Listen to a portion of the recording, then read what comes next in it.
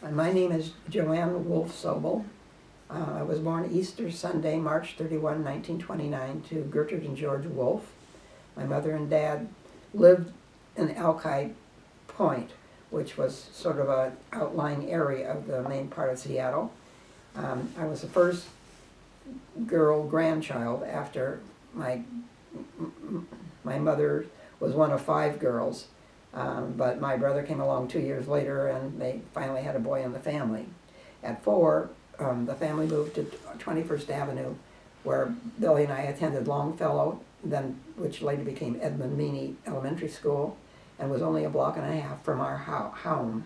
When I was 8, Mother, Dad, Bill, and I drove to New York and stopped in Chicago so Mother could go to a Cubs game. And we visited cousins Sarah and Saul Lorsch, and on the way home stopped at the Mayo Clinic in Minnesota for an MS cure, of which there has still not been any. At 10, our family moved to Hermosa Beach, again to find if MS could be cured. We stayed for 5 months, and one of the highlights was my mother introduced me to my first banana, but not last, banana split. We came home to Seattle to find California schools behind, and Billy and I both had to catch up from day one. About 1941, my grandparents, Morris and Jenny Pearl, moved in with us. Bill studied to be bar mitzvahed at both the Bicker-Colum shul, the Orthodox shul, and at Temple de Hirsch, which was the Reform temple that we all attended. But my grandfather died in 1944, as did Marguerite. So Bill did his bar mitzvah only at the temple. During my 3.5 years at Garfield High School, I played baseball and got a letter in sports. I worked on the Garfield Messenger, the high school newspaper, in advertising, and I had a B+ or better when I graduated high school. Bill got close to a 4-point. 1946 I started the University of Washington, pledged Alpha Epsilon Phi. At 14, I became a junior counselor at the B'nai B'rith camp in Neatsu, Oregon, which is near Portland. Then a full counselor, and finally to co-head counselor before I got into other things. That's where I met my friend Joey Libman, and some other ladies who I became lifelong friends with. I also, as a counselor, escorted younger campers from Seattle on the train down to Portland, from where we took a bus to camp. In 1947, I edited the Capitol Hill Times, which was a weekly a newspaper covering our area. And the following year, in 48, I edited the Jewish weekly newspaper. In 1948, I became president of the sorority and went to their national convention at French Lick, Indiana. On December 31, 1949, I took the train to San Francisco to start my adventure in life. I stayed a month with a cousin, Jane, and then rented a room from a singer teacher. After 1 month, I finally found a job with the San Francisco School Board, Commerce High School, right near the Civic Center, which had both adult and ESL classes. During my 3.5 years at the University of Washington, I majored first in journalism, and took courses like chemistry, which I didn't understand, physics, which I didn't understand, which was required for a junior journalism or JJ student. But after a couple of years, after I edited 2 papers during the past 2 summers, I switched to English because I did not want to dedicate my junior year only to journalism. There was too much other stuff to do. I lived at home the first 2 years of college, and then lived in the sorority house the 3rd year because I was president, and then back home, and then off and away. Uh, during during college, again, I met lifelong friends, Marge Gittleson Hurwitz, again, Joey Lewis Lipman, um, Jackie Rosenkrantz, who I'd known before and who became a super dear friend. I was her maid of honor, and she was my matron of honor. I finally found a job after pounding the pavements for a full month at Commerce High School near the Civic Center, which had classes for which was adult education and ESL classes. Then I found a one-room apartment in the marina, met Ethel, or Flop as she was called, and her husband, who lived only a couple of blocks from where I was, through another dear friend, Jeanette Gold. And we became very dear friends, lifetime friends. Arnie Mayer was a dentist, and a very fine dentist. So then through them I met Jerry Hochfeld-Warnbach and my dear friend Jean Heyman, and we moved to an apartment for three of us in the marina. And then I got an apartment with Jean on Franklin. I met Earl Memorial Day weekend, 1955, at Bayside Acres, at the house that Flop and Arnie had rented for the summer, and was across from Bayside Acres, where Earl and his family had lived for summers forever. It was sort of a fixed kind of a date where we sat down and played bridge, and Earl played and held Ethel and Flop's baby in a similar way that Mickey works with babies. It's a warm, loving kind of relationship. We saw each other on and off, obviously, for a year and a half. We did a lot of fishing in the bay on his enlarged rowboat. We went to movies. For my birthday, we seldom, in 1956, we seldom went and did anything that was beyond very casual. He took me to the Fairmont Hotel to hear Dorothy Dandridge, a wonderful black singer who died very young, and that was very special.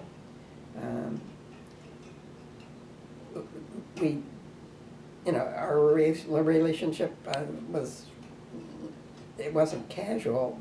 It was more than casual, but it wasn't, I don't think I could chronicle any major things that we did. It was just things that were comfortable, and we enjoyed each other.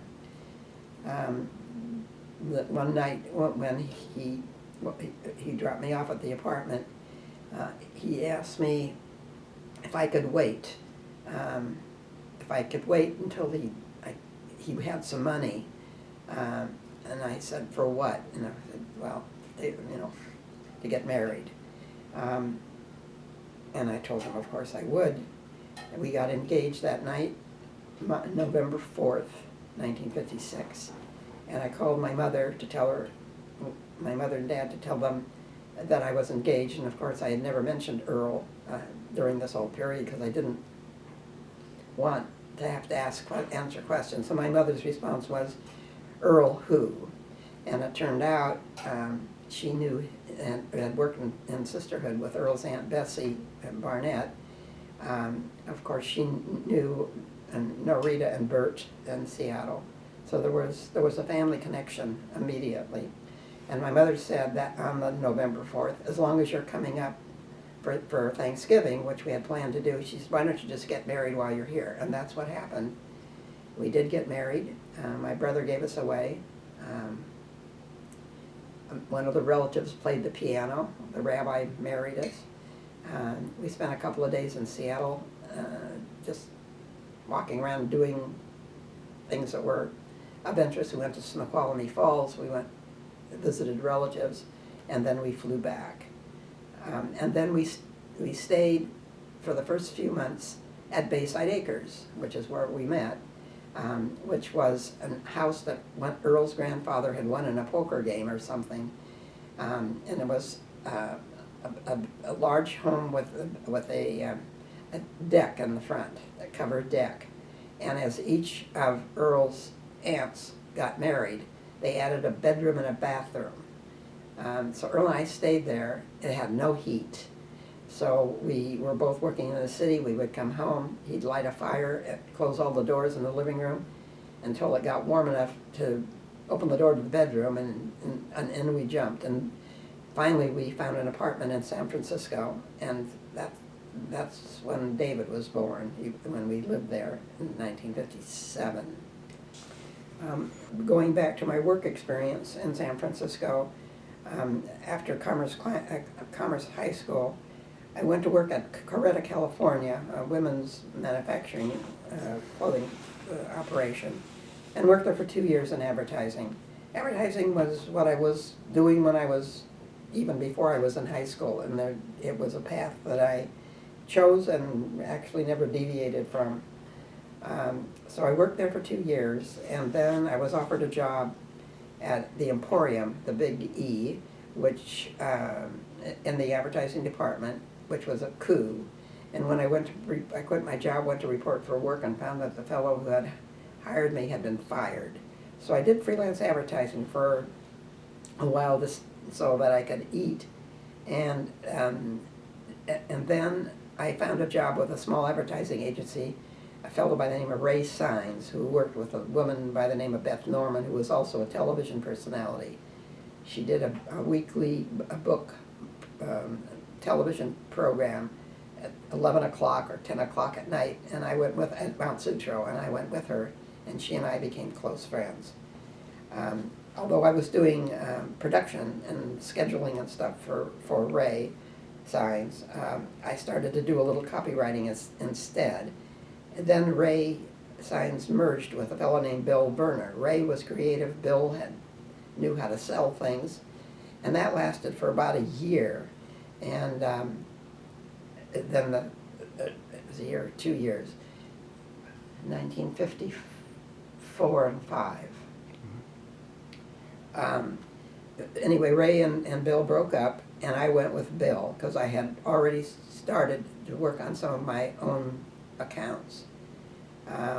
One of which was a chain of beauty salons run by a very savvy man who then bought a beauty school, which is a marvelous way to make money. People go there to.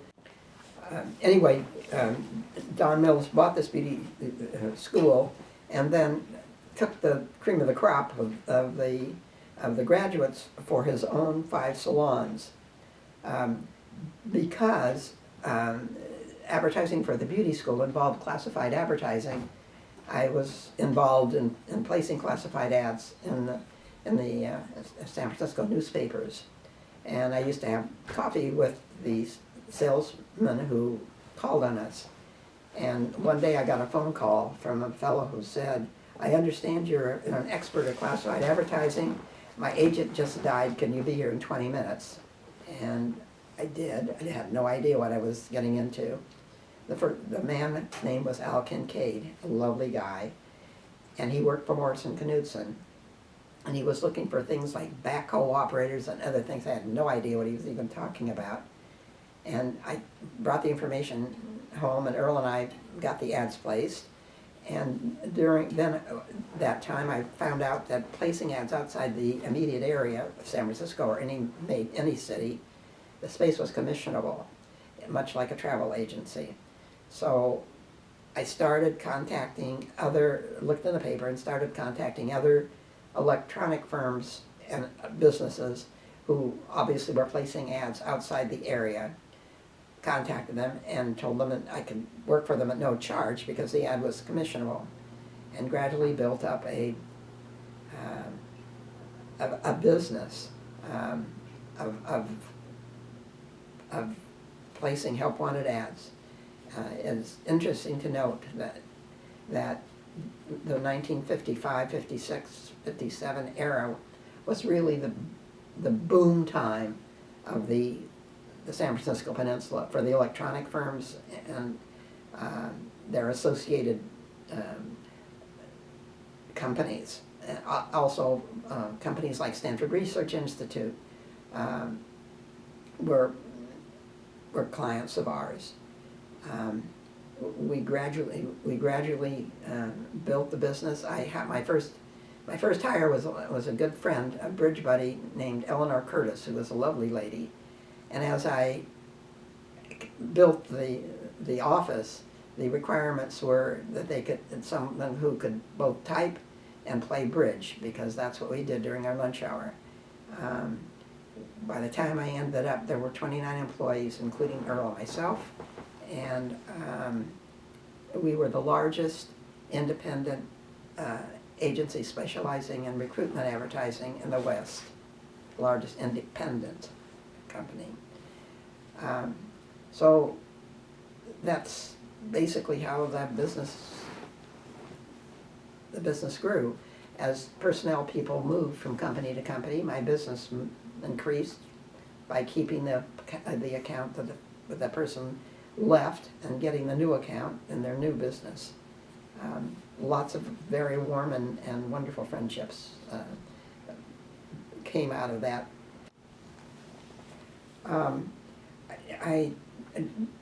To clarify what we did in our advertising agency is that we placed wanted ads, both classified and display, billboards throughout up and down the Highway 101. We did radio. We placed ads internationally, and we did special promotions, among other things.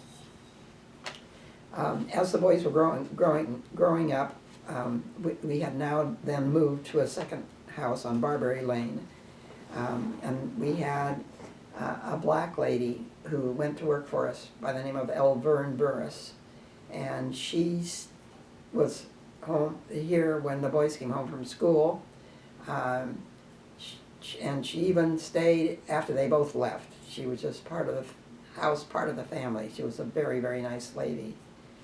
Earl became involved in Boy Scouts for both boys, and I was involved.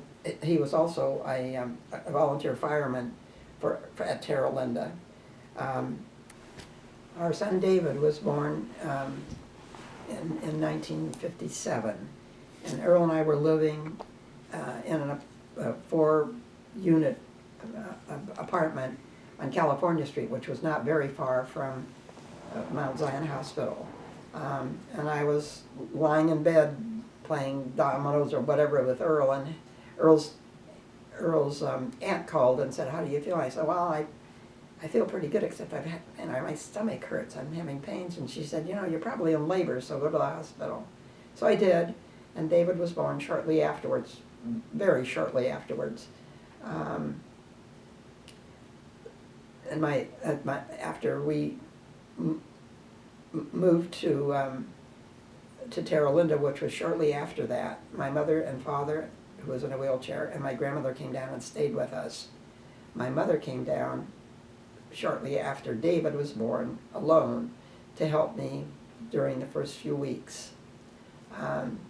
Interestingly enough, and going back to something else that I had said, Earl was so excited to have a son that when they were wheeling me out of the hospital in a wheelchair, which is standard procedure, he reached down and picked the baby up. And of course everybody had a panic. You can't do that until you're out of the hospital.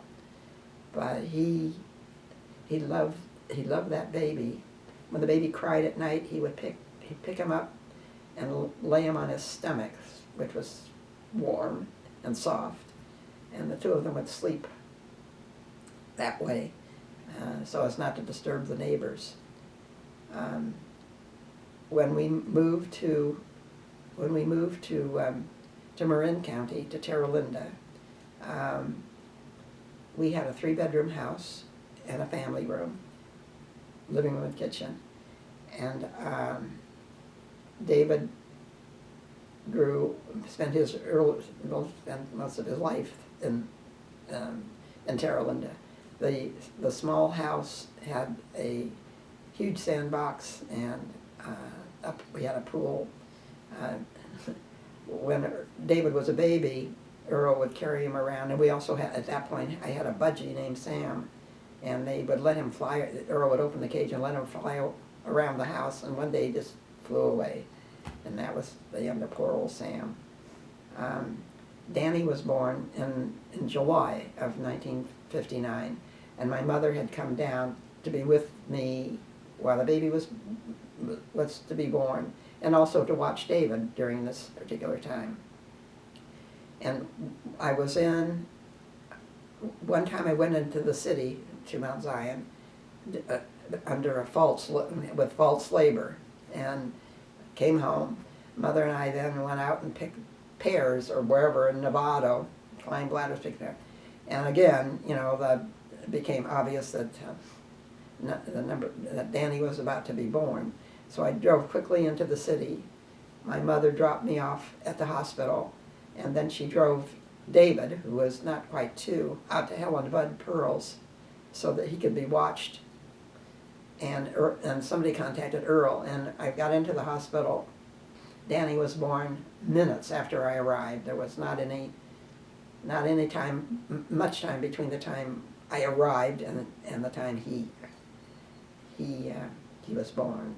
And I was involved with the temple. I served as a board member for 4 years, all of which I was all the time I was an officer of some kind.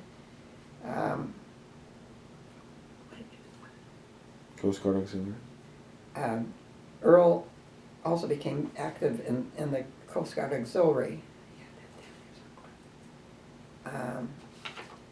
which he loved, going out on the bay and looking for people in trouble on a large boat that a friend of his had. He also went down to Mexico 2 or 3 times with this fellow with the 50-foot boat who had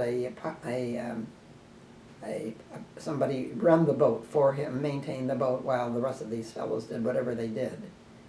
In 1981, I went to London. A good friend of mine had told me that the kind of business I was in had been computerized, and so the purpose of the trip was to meet with these people, an operation called Austin Night, and find out what they were doing. I made an appointment to meet the head guy,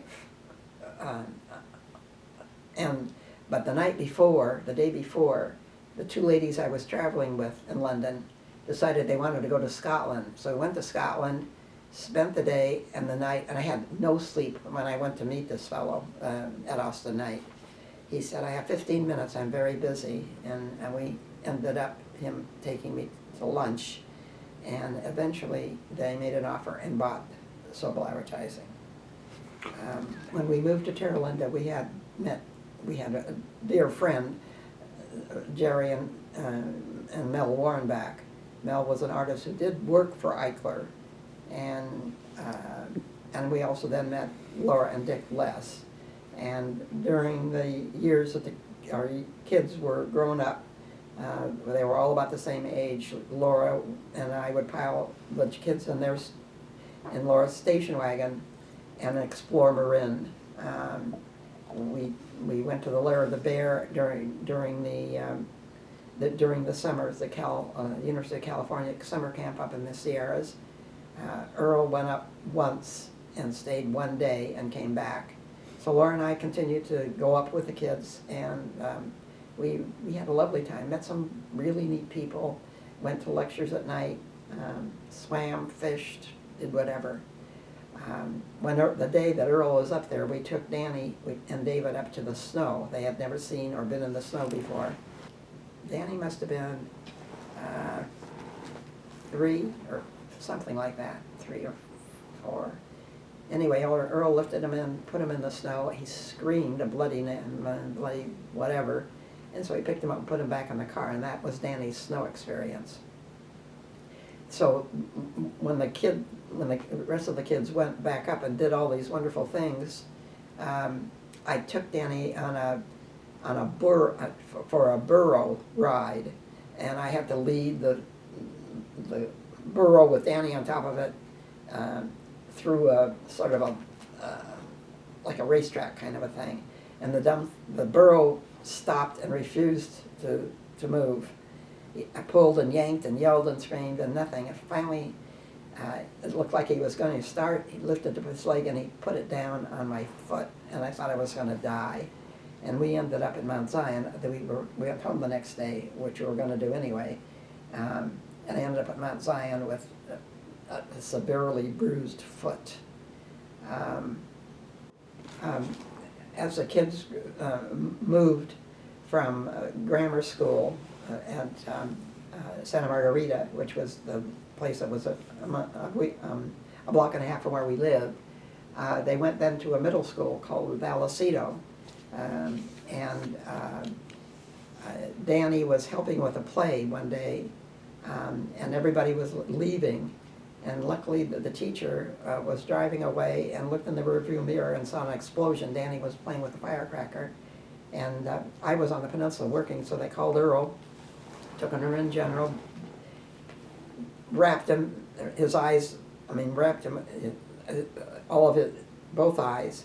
And when I came home, I saw this kid, with no vision or whatever. We met the doctor who had recently come to Marin County the next day, and we went to his office, and we were met by this individual in torn slacks, long sleeve shirt, wild red hair, and glasses, very thick glasses.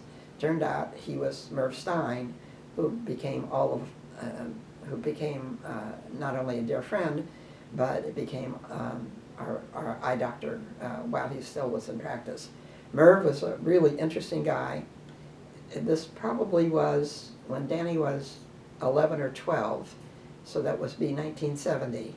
Mervyn had already put all of his billing and notes and everything on a computer way before everybody else did. He drove a convertible, and he was just a really interesting, neat guy. David was not interested in sports. Well, neither one of them really were. In middle school, or 7th and 8th grade, whatever that is, Danny, the kids were, actually, I'm sorry, when they were in the 5th or 6th grade, they had to choose between drama, music, or some kind of art project. David went into the drama thing, and the only play I ever saw him in was his grandmother still there, a sis, and I went to this play, and he was in the Mikado, and we were sitting there watching the Mikado, and he made his grand entrance by rushing across the stage and sliding right off the end. That was his big stage debut. Let's see, and then Danny then selected music, and he played. Earl and I took him to I don't know how many music stores before he finally found the instrument. We got him a violin, he didn't like that. We got him a trumpet, he didn't like that. And he finally ended up with the tuba. He played the tuba in the high school band all the 4 years, and then when he went to Oregon State, he was in the marching band and did a lot of traveling with the marching band during the football season in Oregon. Both boys were bar mitzvahed at Congregation Road of Shalom, where we belong. And both had receptions at the temple following the service. In David's case, we had a dinner as well at the Altamira Hotel, which was a wonderful hotel overlooking the bay on a hill in Sausalito. And we took, instead of spending a great deal of money that lots of people did, we took the money and took the kids to Hawaii. When we got to Oahu, our good friend Alice Tucker met us, and we went and bought David a bathing suit because he'd forgotten to pack his. And then we got on a plane and went to Kauai, which was our first, was the first place we stayed. And David stripped down, put on his new bathing suit, ran into the waves, and the bathing suit tore in half. So we had to start all over again. Anyway, it was a very interesting trip. We had a Volkswagen. The two boys fought in the back until I simply went in the back and had one of them sit in the front. We stayed at a hotel on, oh my, I think it was Maui, and one of the boys slept in a rollaway, and I don't remember where the other one slept, but it was a night, a very exciting night. There was a very dramatic storm, thunder, lightning, rain, whatever, and I couldn't sleep because everybody was moving around, snoring and whatever. So I went outside and sat on the patio, and on either side of me there were people doing the same thing I was, and I spent the whole night watching this very dramatic event. We eventually ended up on Oahu and Honolulu, and we had this reservation at a hotel on the 11th floor of whatever the hotel was. And I thought, boys are going to kill themselves before it's over. And I said, this is not acceptable. We have to be down lower.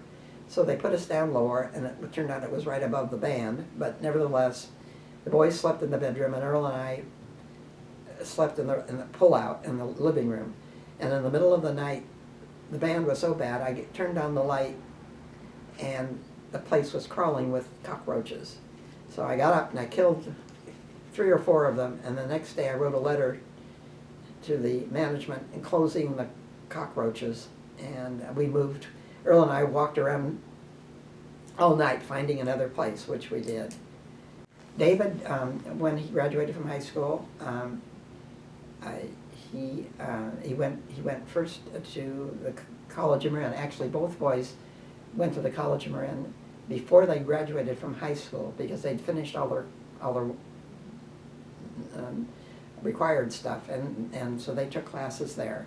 And then David ended up at Dominican, which was run by the nuns then. It's not anymore, here in San Rafael.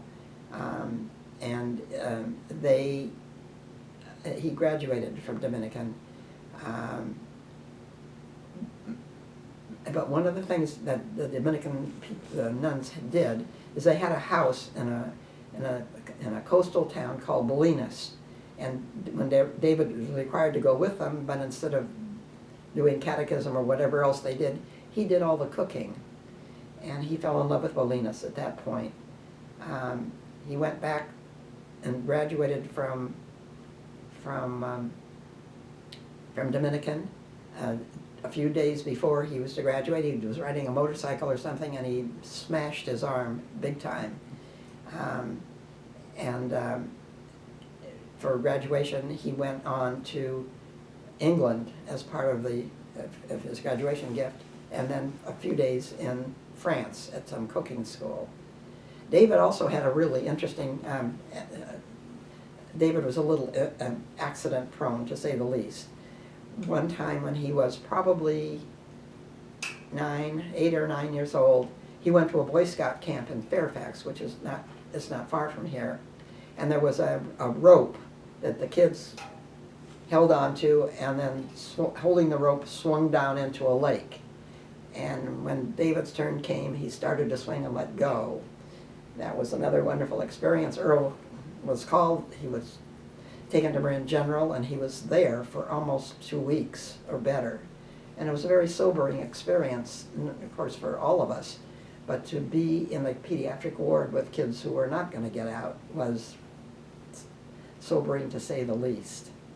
So that was the first time he broke his arm. The second time was when he was about to graduate. And he went to London with a cast on, decided he didn't want it, and took the cast off by himself. So he went to Cordon Bleu as France. He was in London for a while with his graduation, the kids from the graduation class, and then he went to Cordon Bleu in France. He was learning how to cook. When he came back, he had a series of jobs with restaurants. He also took flying lessons, which scared the devil out of us. Both boys had pilot licenses. and David worked in a, I don't, it, Didn't he work at Chuck E. Cheese's? You knew the owner, didn't you? no, I didn't know Chuck E. Cheese owner. I knew the people who invented Pong. Atari? Atari, yeah, that was an account. And Chuck E. Cheese became part of the Pong syndrome. And that was it. Mickey has asked me to talk about Dave, his father, my son, number one son. And I would, he was, he and Danny were total opposites. Danny was very quiet and not altogether social, although he had friends. But David had a lot of friends. Besides, in grade school, he developed friendships through several boys who became lifelong friends and are still remember him fondly. David was a very warm, loving young person.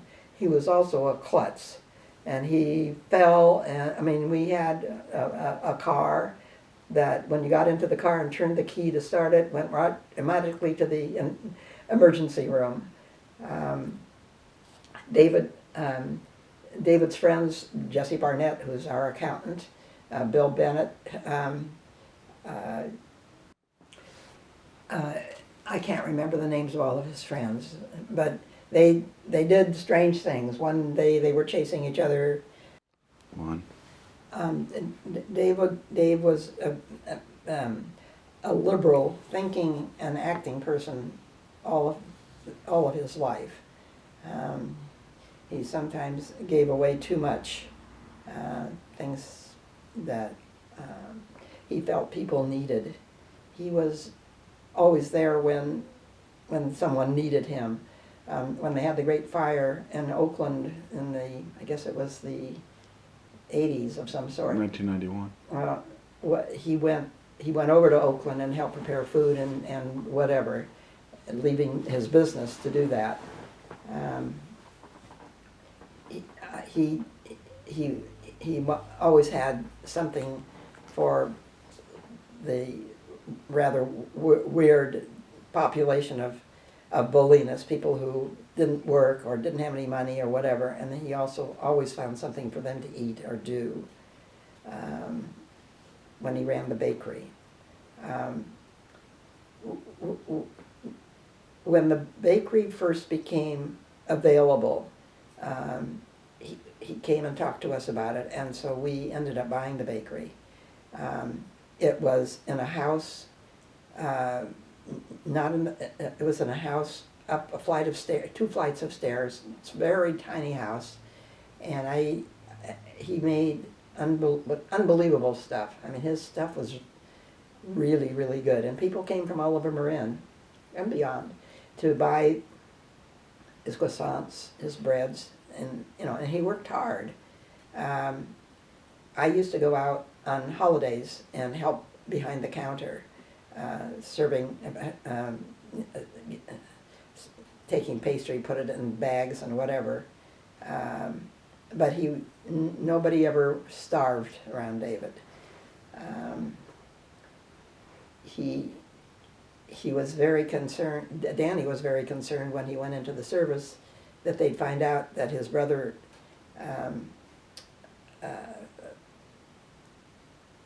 paraded against nuclear plants and that kind of thing. And Dan thought, if they find that out, perhaps he wouldn't get the opportunity to get into the service. But of course that didn't happen. And David did indeed picket nuclear plants and whatever.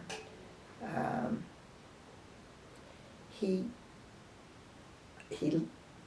felt the same way about his first son, his first child, that Earl felt about him. He was warm and loving and spent as much time as he possibly could with this boy, David. It was not that he loved Molly any less, because that's certainly not true. But this was a first child who obviously was sort of a reflection of him. He loved the bakery. He loved the people who who rented space above them, above the bakery itself. The bar, there was a bar in the big bakery, and I think he had only a wine and beer license. He opened a restaurant for a while, and that didn't work out too well, so he closed that part, kept the bakery going. I don't know how else to describe him except that he was much like his father, as Mickey is much like David. They're the same strain of individual. Warm, loving children, standing up for they feel is right in life. When David wanted to go to Israel, he invited both children to go with him, but only Mickey went. And this was, of course, a wonderful experience and a turning point in Mickey's life. And certainly David loved every moment. They not only went to Jerusalem and the Red Sea and I think Masada, but they went scuba diving or snorkeling or something in the Red Sea. David was very active in community affairs in Bolinas. He catered affairs for community meetings.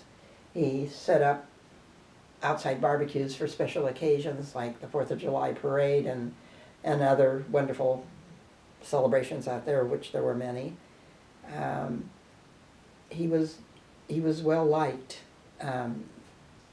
As far as I can remember, it's not that everybody loved him dearly, but for the most part, he was a warm central figure in Bolinas' life. I will always remember when he picked up Mickey and Molly and had rented a car and drove to Oregon to Ken Kesey's or wherever he went, some Grateful Dead kind of... Oregon Country Fair. Hmm? The Oregon Country Fair. It was some for working country. He was not feeling well. His friends told him to... his leg was bothering him. They said go to a hospital. He did not. He then got in the car and drove to Oregon to Gold Beach, where he and the children took a boat ride, which they had done, David and Dan had done before. You could drive, you take this flat bottom boat and go up to the end, have a meal somewhere at one of the 2 or 3 places that were there, and then get back on the boat. And I guess he fell or tripped or something, and he wasn't feeling well, so they put him back on the boat, took him to the hospital. And I got a call that he was in the hospital, and they were sending Mickey and Molly back. And I picked them up at the airport, and evidently things were not going well in Gold Beach, so they sent a plane to take him to Medford, where there was a large hospital that could hopefully help him. But that didn't happen, and he died in the plane on the way to Medford. And it was interesting, it's always been interesting to me when he hugged and kissed me and said goodbye, and he went on a trip that I would never see him again. Dave was always one of the original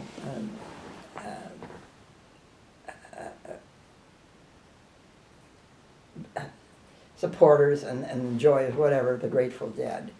He has Mickey now has memorabilia of what he collected and what he did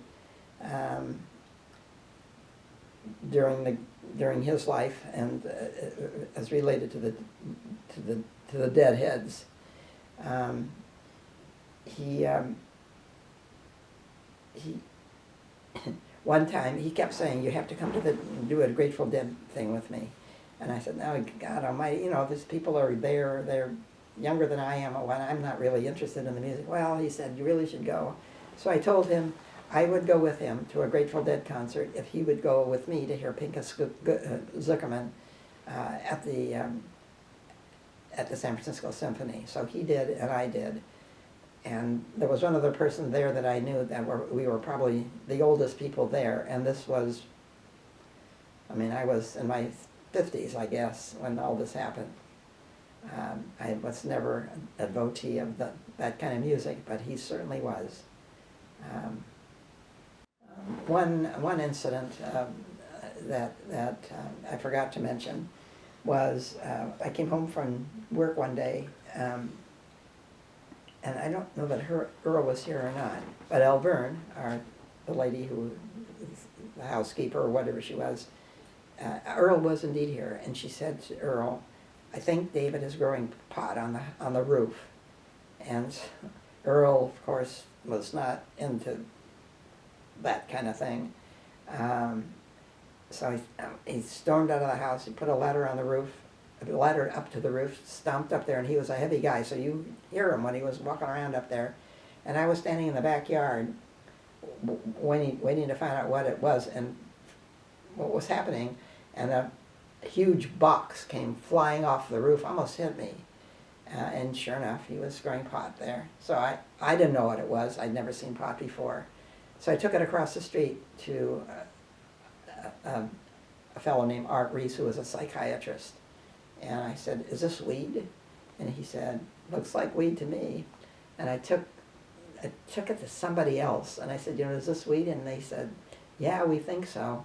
And I finally took it over to Mill Warnback. I said, "Is this weed?" And he said, "Of course it is." So Earl threw it away. And that was the end of David's gardening on the roof. One of the relationships that was unusual, although perhaps it wasn't as unusual as I thought it was our relation, Billy and I, our relationship with our grandparents. They lived probably about 5 blocks from us, and whenever I got into trouble, which was often, I would get on a bike and go to my grandmother's, who would be understanding. Billy would go to my grandmother's sister for his escape. Grandma Jenny was born in Obersheim, Germany, and she and my grandfather was born in Lithuania.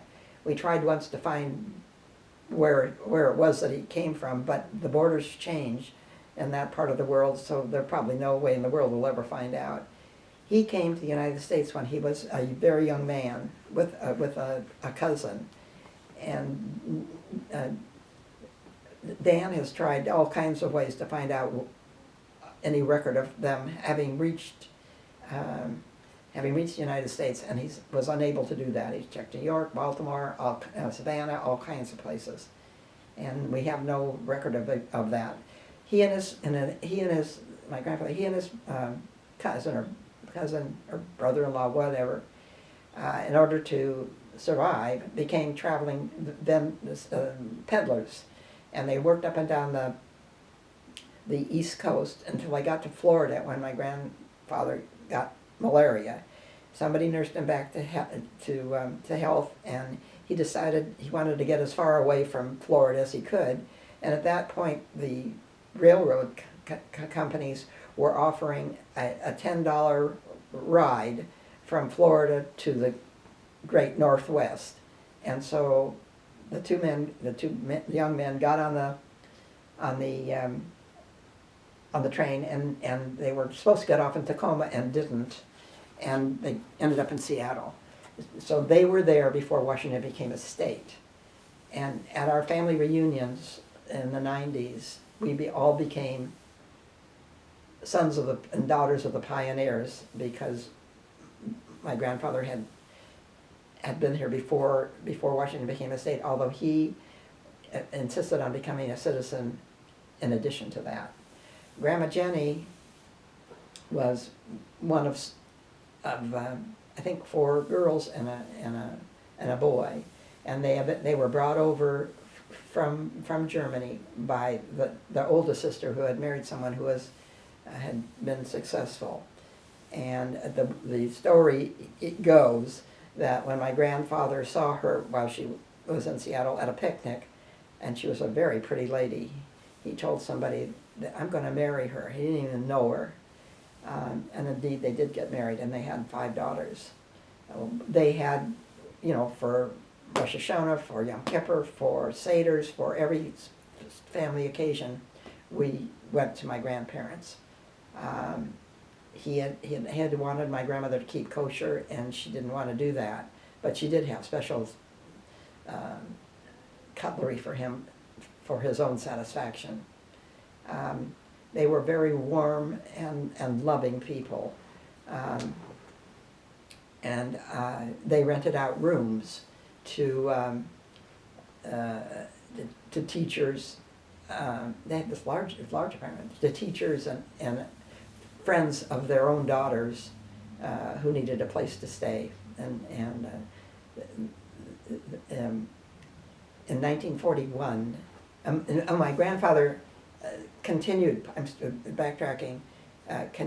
Set up a clothing store, I believe, in Seattle with his cousin, and which was destroyed in the big fire in Seattle in the 1800s, I think, late 1800s.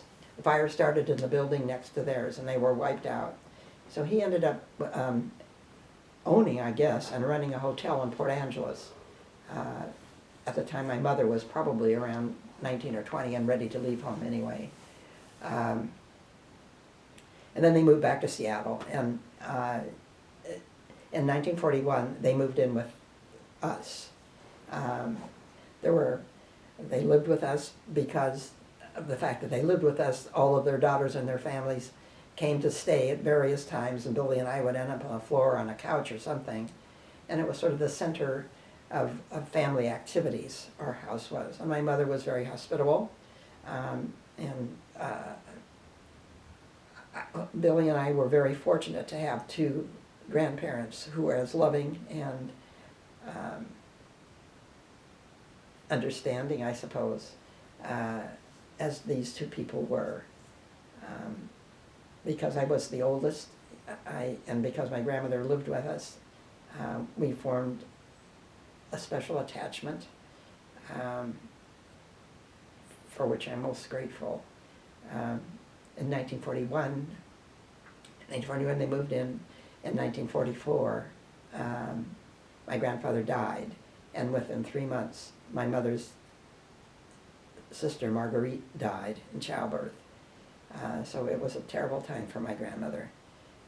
As my father became more and more disabled, my mother went back to work, and my grandmother and my father sort of looked after each other in whatever ways they could. My grandmother was a wonderful, wonderful cook. She made bread, and we had an oil furnace in the basement, so with vents, and she'd put the dough there, and the bread would rise, and then she'd bake the bread, and Billy and I would fight over the heels as they came out of the oven with jam that we all had made. It was really very special. During the war, the early part of the war, my grandfather had a victory garden. That's what people did. They grew their own vegetables and fruit as they could. And he loved working out there. I think he probably grew horseradish as well. And I remember my brother, who was young at the time, sitting on the back stairs, crying, grinding the fresh horseradish for the Seder. It was a special relationship for me.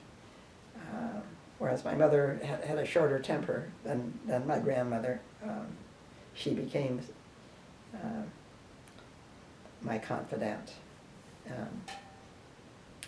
and I loved her a lot. And the grandpa was a love. He was just a really nice individual. When World War II started, it was on a Sunday, and I remember, how old would I be? I guess I was 12, 11 or 12.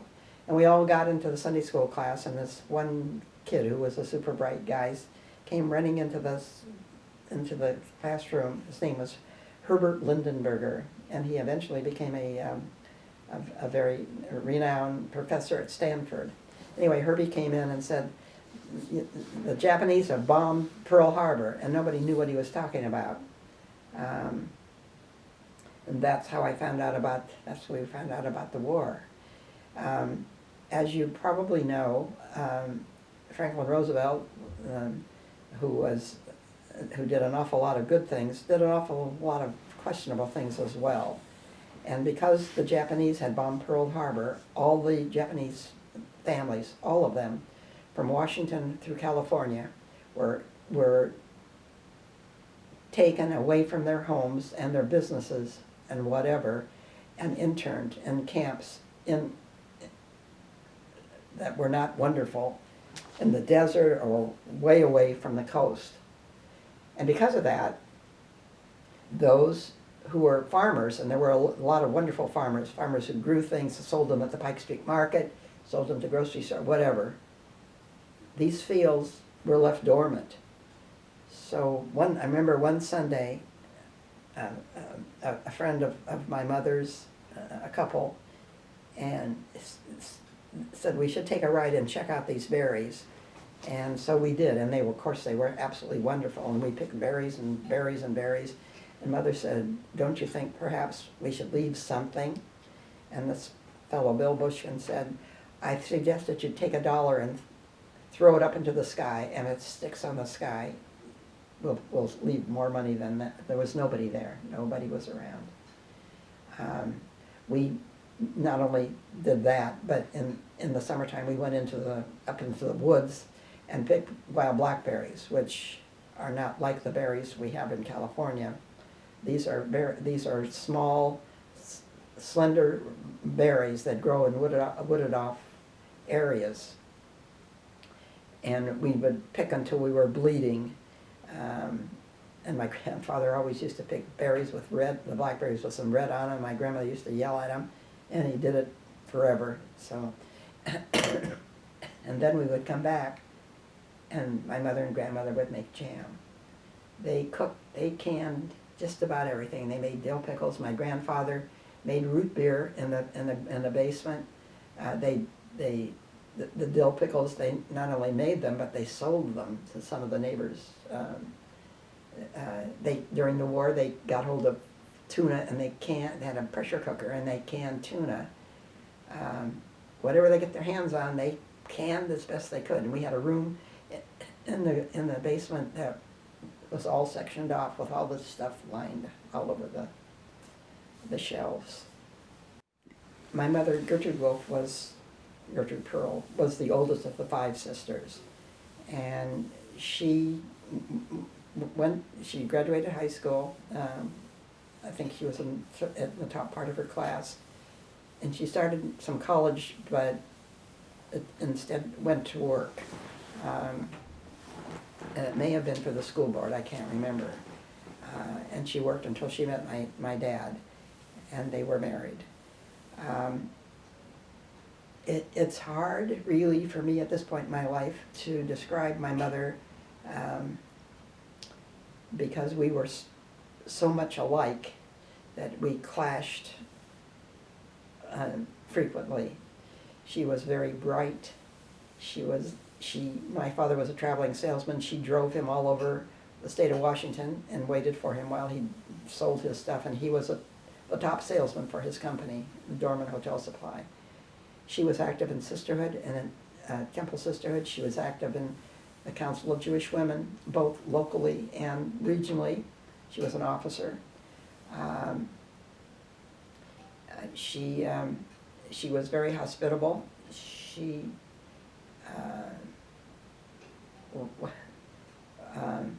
When Billy and I were going to school, to especially to high school. She typed all our papers for us. She was an excellent bridge player. She was an excellent bowler. She was all-city champion tennis player for 3 years, and then Mickey has her cup. She loved baseball. And we went to baseball games in Seattle. As I was growing up, the Seattle Rainiers preceded long before the Seattle Mariners were a thing of record. She loved to fish, and she had a friend who lived on Lake Washington, who had a little dock. And at night after dinner, I would go with her and this friend Rose Wiener, and we'd sit on the dock, and the ladies would talk, and we'd fish. There was never anything of value that was caught, but fish they were suckers, or they were something. They were some sort of scavenger fish.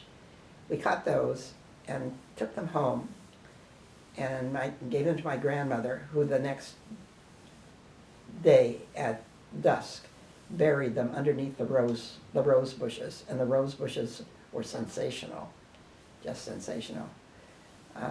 My mother loved oysters, and we'd go to Hood's Canal and collect oysters, and she'd sit on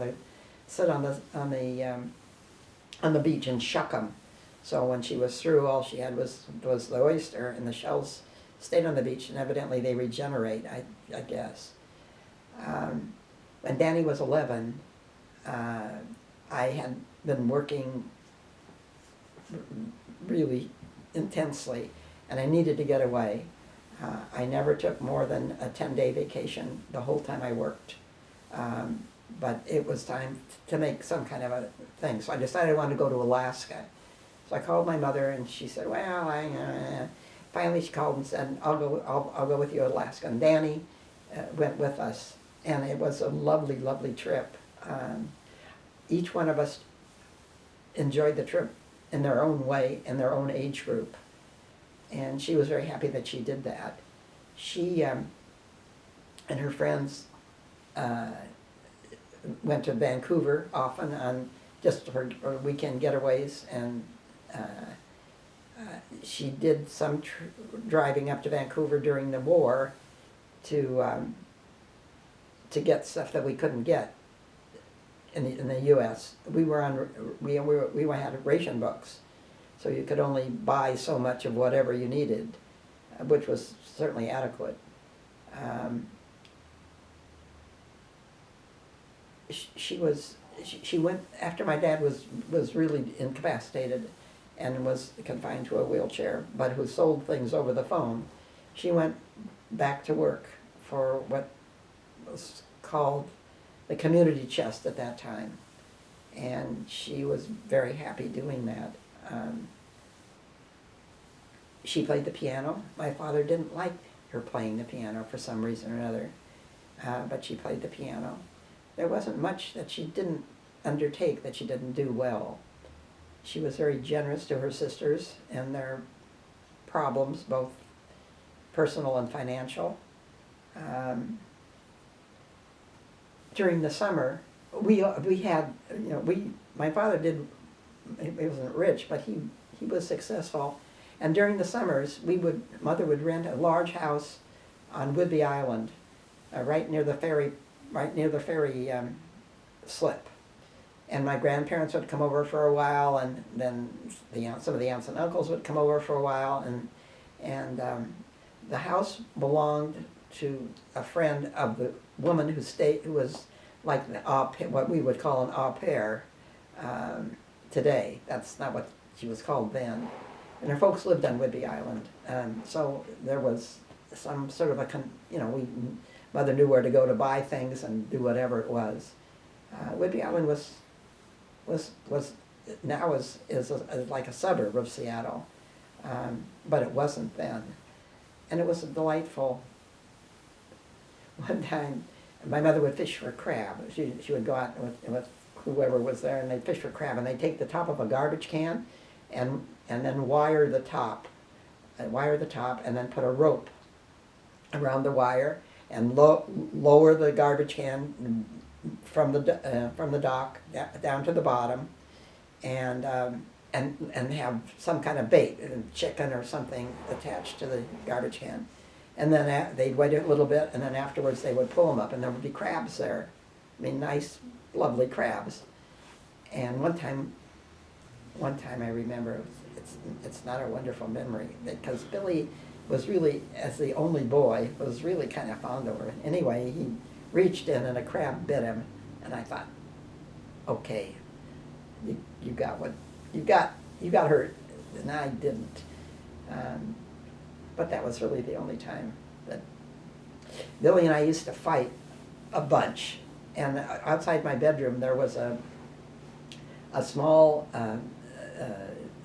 sort of a diagonal roof, and I could, when Billy was yelling and screaming and coming after me, I'd go out the window and climb along this roof and wait until he left and then come back in. We both babysat. My father insisted that Billy learn some kind of trade, and so during the war, he sold magazines. Although he really didn't sell them, I sold them. He didn't like it at all. He didn't like business, and of course, he became a surgeon. I mean, not a surgeon, a neurologist, but business was not his thing. My brother Bill was a very, very bright guy, and he unfortunately had a sister who teased him unmercifully. He was a straight A student. He was not really he was not interested in sports, but he was happy reading a book or whatever. He went to the University of Washington in 1948, and he had decided he wanted to become a doctor, and the University of Washington had just finished 3 years later their medical school, a beautiful facility. And Billy was accepted into medical school after his junior year, which was, you're supposed to go 4 years to college and then go into medical school. He went in after 3. And he was in school during the career. Because Billy was deferred while he was in medical school, he had an obligation to serve 2 years in the service in repayment for letting him finish school. So he did his 2 years in Japan, which he loved, as Earl had loved Japan when he was in the service. He did some traveling. He was very good at picking out lovely things to bring home to everyone.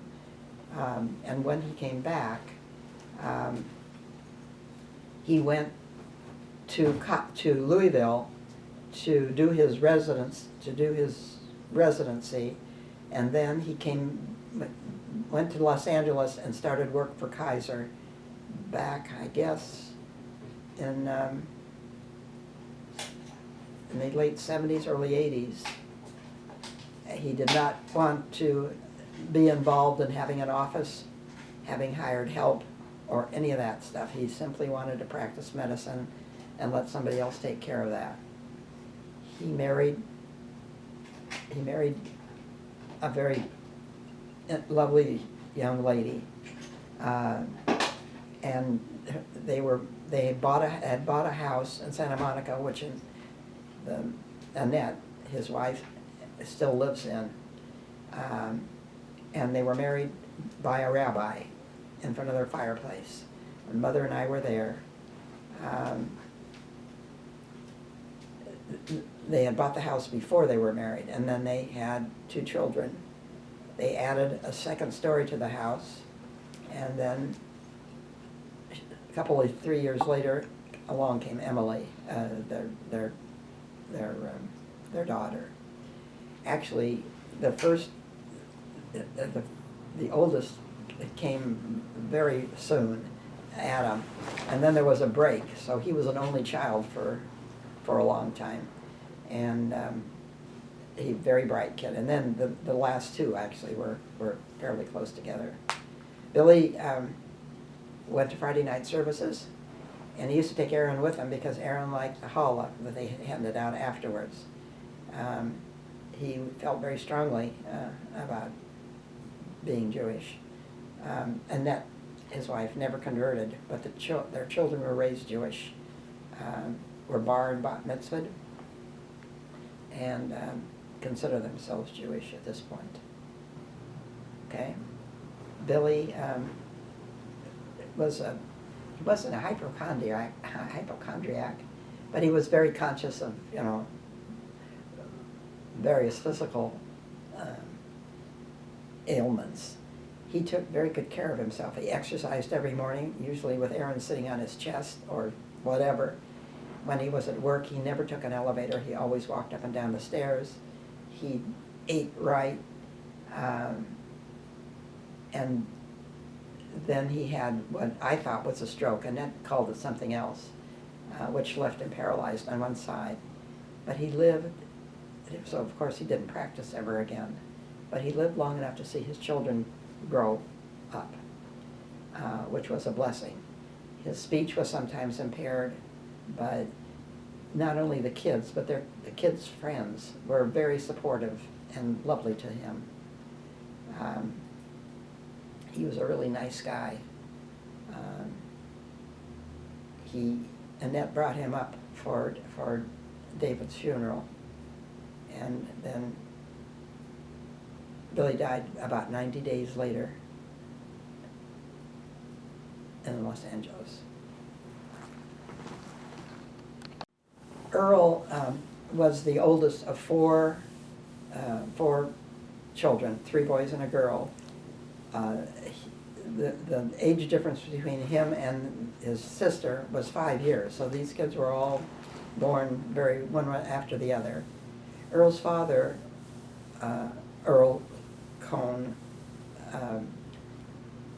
was in the film distribution business, and when he married Sis, the two of them lived a very happy, outgoing life.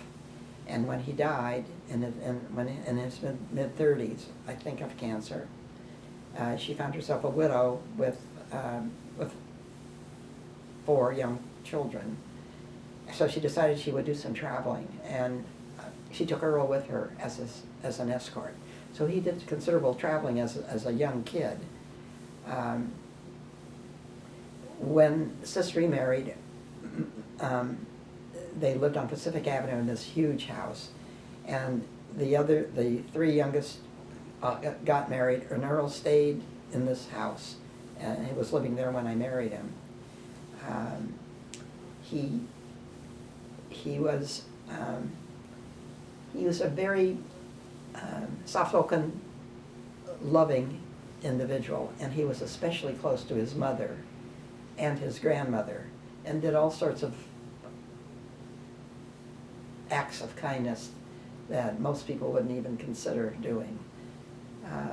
When his mother found out he had died, she was just devastated. He decided he had started school and had been drafted into the service the end of World War II, and he served in the proving grounds in Maryland. And he came back and went to Golden Gate College, and he stayed in the reserve, and they called him back for the next war. And that sort of slowed down his career. And then he decided he'd become an accountant, and a CPA is what he became. He went to Golden Gate College, and he finished up his CPA just before we got married. He was a very bright guy, loved to play games, as did I. He was a very good backgammon player, a very good domino player.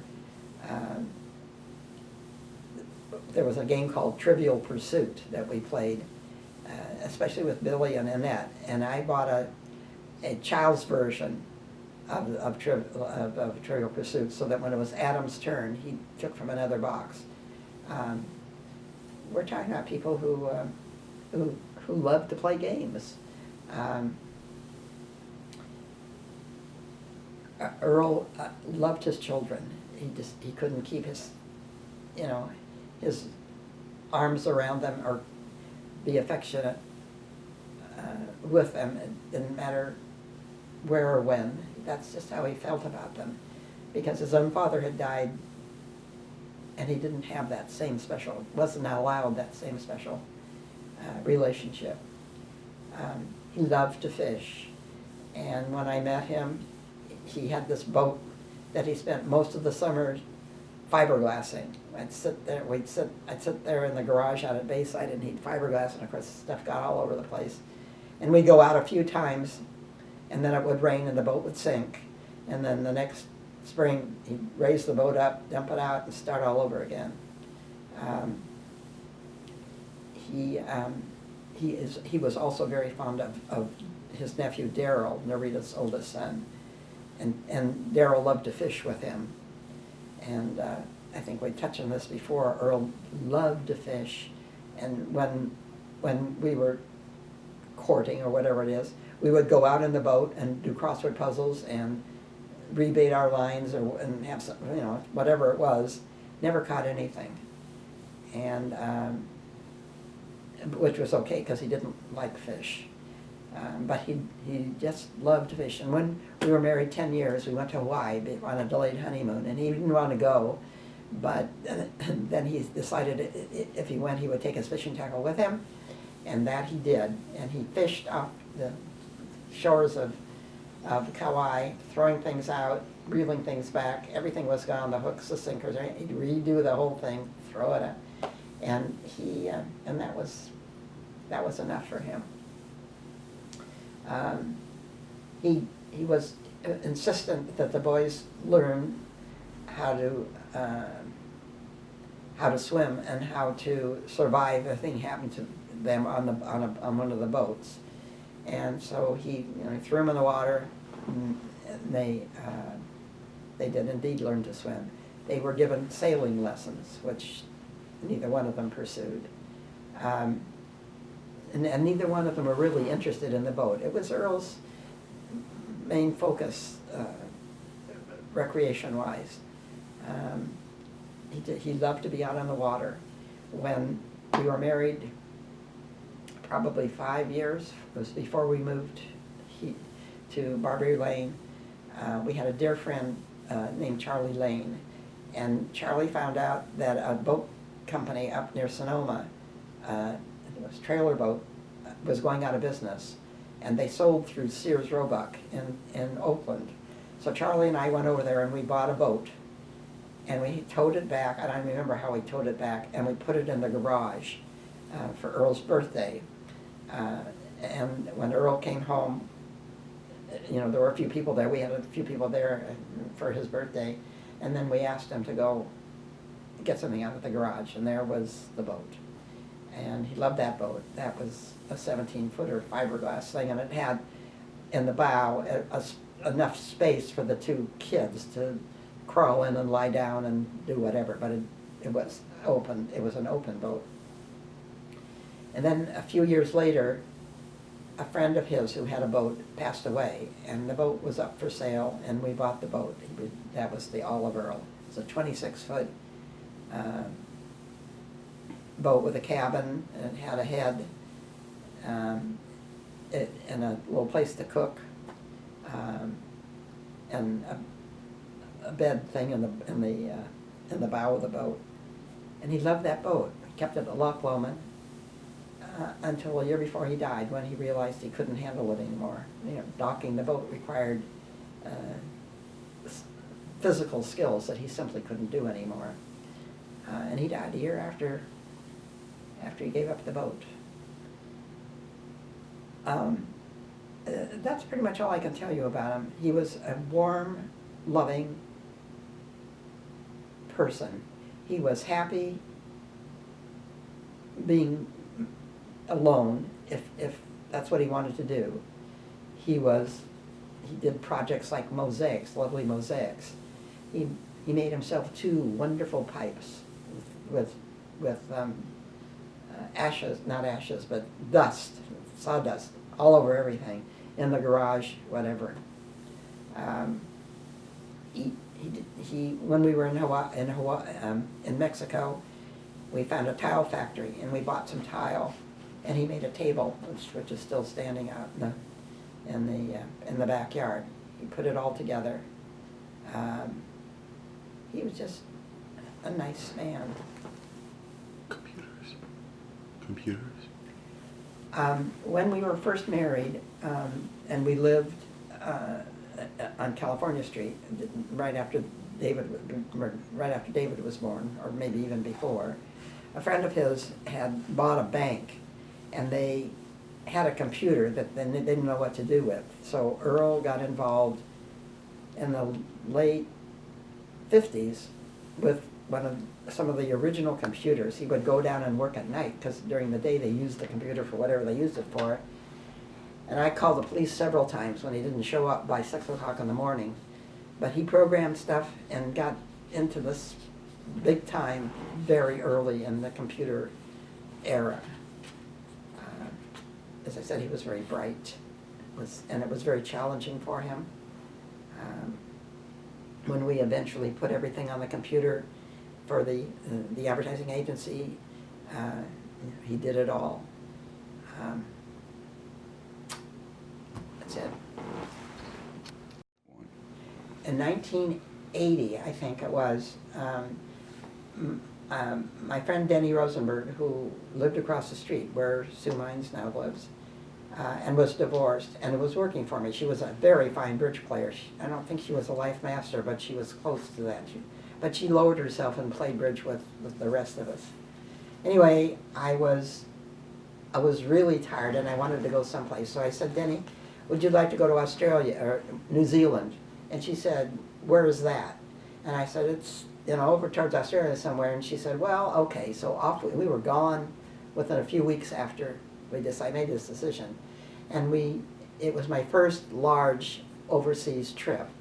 And we had a wonderful time. She almost had a heart attack going down the rapids somewhere in New Zealand.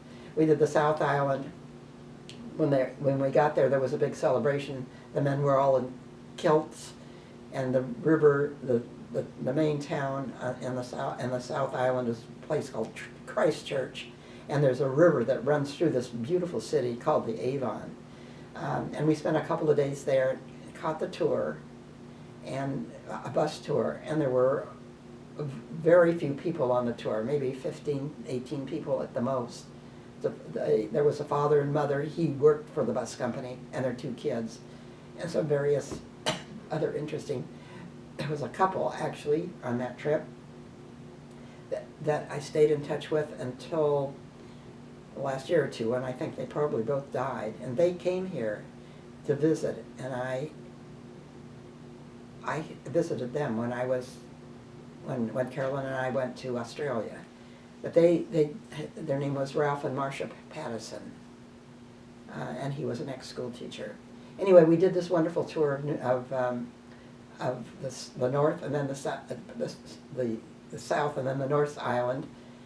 During one of the stops that the bus made for pit stops or whatever, I found some raspberry bushes, so I decided I would go and pick some raspberries or whatever, and I fell, and I really hurt my wrist.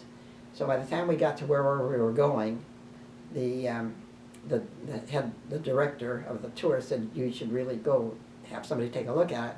So we went to the hospital. Denny and I went to the hospital.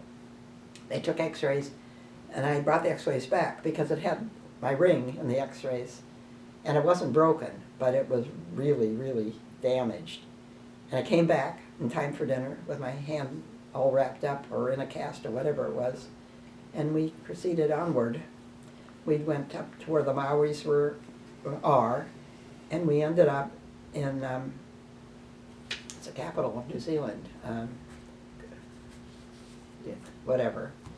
And we stayed at a hotel for a couple of days, and saw the sights around. And the second night we were playing gin or doing something, and the fire. We were on the 11th floor. There was no 13th floor. It was 11 and there was 12 and 14. There was no 13th floor. Anyway, the fire alarms went off big time, and so we grabbed. Afterwards, we laughed at the stuff that we grabbed. We grabbed our purses, but we were in our nightgowns and pajamas, and down the stairs we went out onto the street. And of course, everybody else was in their nighttime attire as well. and it turned out to be a false alarm. We went to the zoo there, and then we were scheduled to go home, and there was a strike, and we couldn't get our tickets validated. And Charlie Lane, who did a lot of traveling, called Earl and said, have them call at midnight when there's no activity at all in the air, everybody's asleep. So there's very little activity at the airports. And he was right. We got a flight and came home. You would know them. I did some traveling alone and some traveling on small boats with Earl, who really didn't like to do this, but the small boats were fun for him, and he could go down in the engine room and talk to whoever. And we did a trip to on a small boat from San Francisco through the canal and back through Panama. We made reservations to take the same trip a year later, and 3 weeks before we were to leave, the boat company went bankrupt, and shortly afterwards Earl died, like 3 weeks afterwards.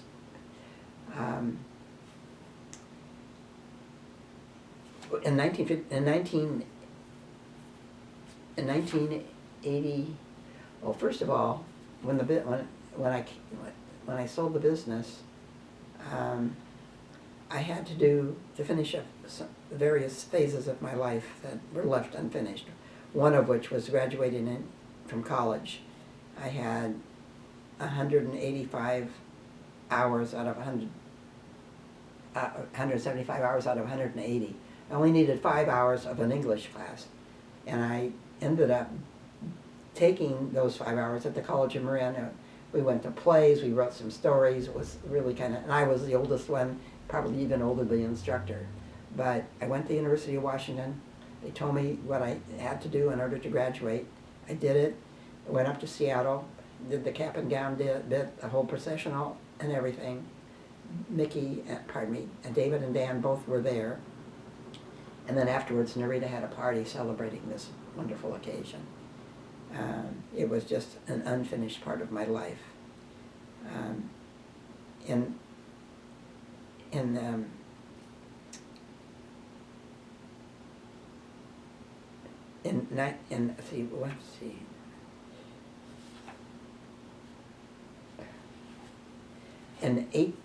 1987, my Aunt Carolyn and I went to Australia. And when we got there, I phoned home and found that Earl had had a heart attack. And of course, the telephones went back and forth and back and forth. And finally, he assured me that he was okay, and David said, just stay where you are. And Billy said, stay where you are. So we did, but there was a phone bill a mile long by the time we got back. And Carolyn and I had done all the research. Carolyn and I did snorkeled the Barrier Reef. We went here and there. We went to Sydney, went to Melbourne. Earl had a client, a doctor who had died, and his wife remarried a fellow from Adelaide, which is a lovely, lovely town in South Australia. And we went there, and they wined and dined us and took us to the wineries and all that. And I even went to a symphony one night. And then we flew to Kangaroo Island, which is as close to being in the wilds as you get in Australia. And that was just super. And then from there, we went to, as I think I said, we had gone to Melbourne, or most of the San Francisco cable cars were in operation.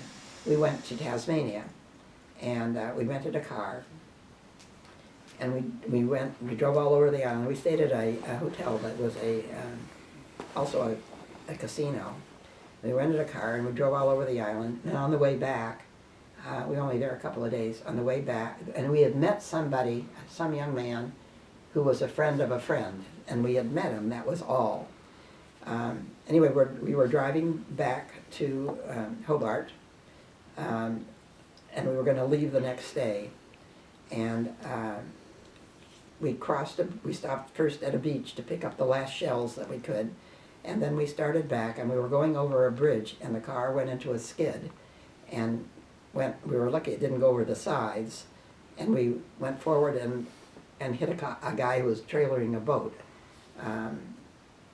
who we became friends with, and I think, I'm not sure, but I think Butch and Carrie are still friends with him. He came over several times. Anyway, the car was totaled. And we called this guy that we had only met once or twice, and he had to drive up and pick us up. I was bumped a bit. Carolyn was unhurt. And the next day we got on the plane to fly home. And I had a drink, maybe two, on the plane, and I passed out most of the trip. It was very, very traumatic. And that was in '87. Errol died in the following year, in 1988. One of the things that we have that I didn't mention, and that we were very fortunate, is that through a friend we became 1/8 owners in a house in Bolinas, a lovely house. It was a 3-bedroom house, lovely kitchen with a deck looking out as far as Hawaii. It was just beautiful. And every morning the pelicans would fly south, and every dusk they would fly the other way. And we entertained friends there and played games, and of course David, I don't think he had the bakery. I don't think he had, maybe he did have the bakery. Anyway, we got the house 4 times for 2 weeks a year, our 1/8 time.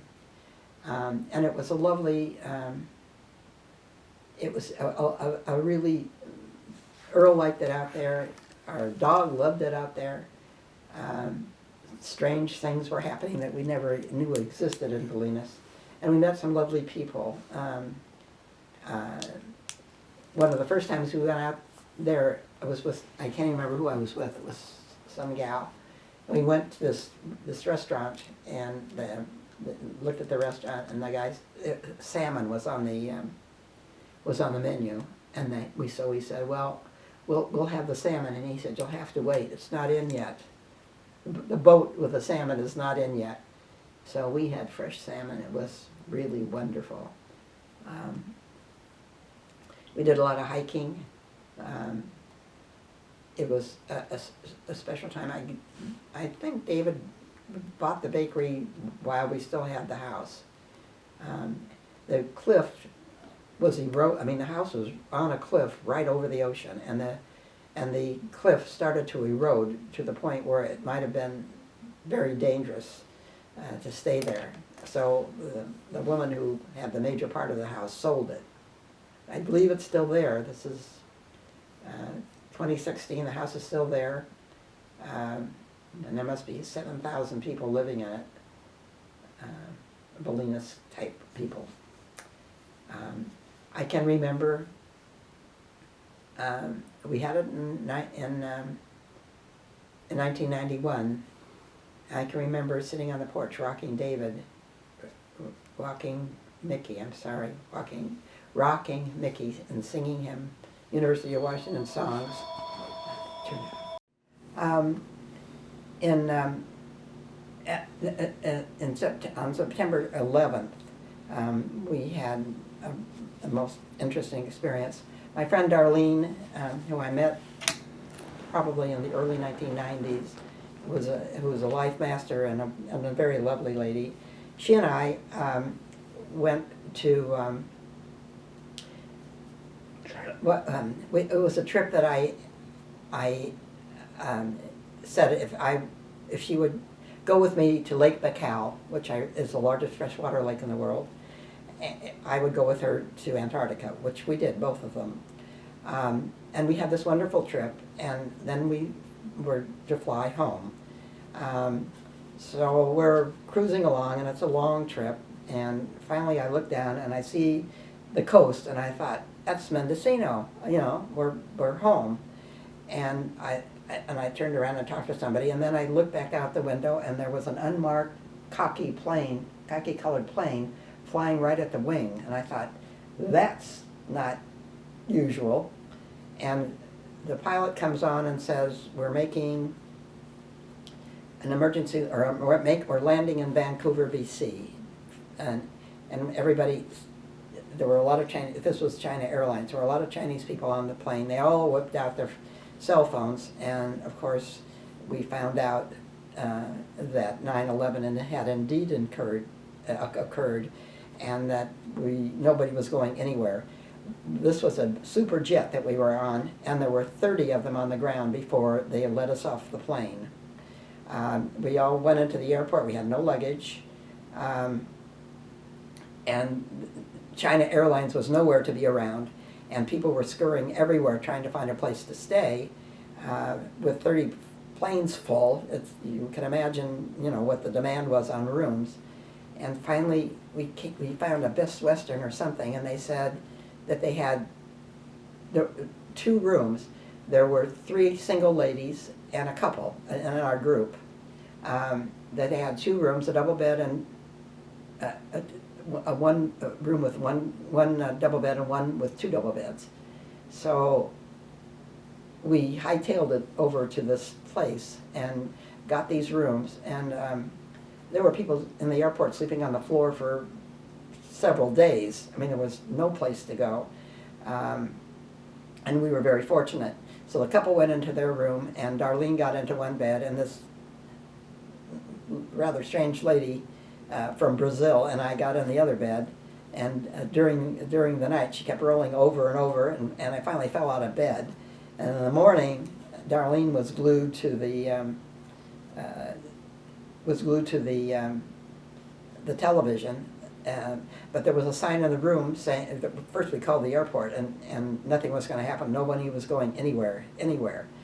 There was a sign in the room that there was a free shuttle to a large shopping mall. So we went there, and I bought some pajamas and some underwear because we had 0 luggage and a toothbrush.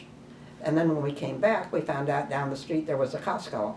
So we went to Costco and bought their wonderful McLaren cheese, which you can't get in the United States.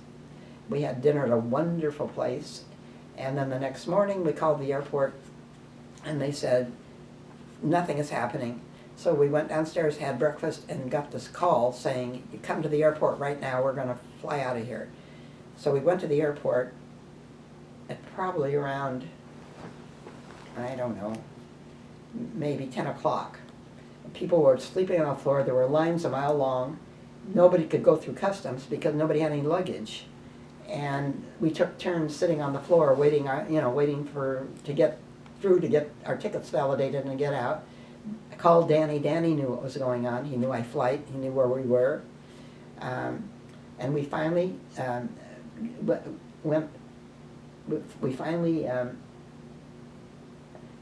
got through the ticket part and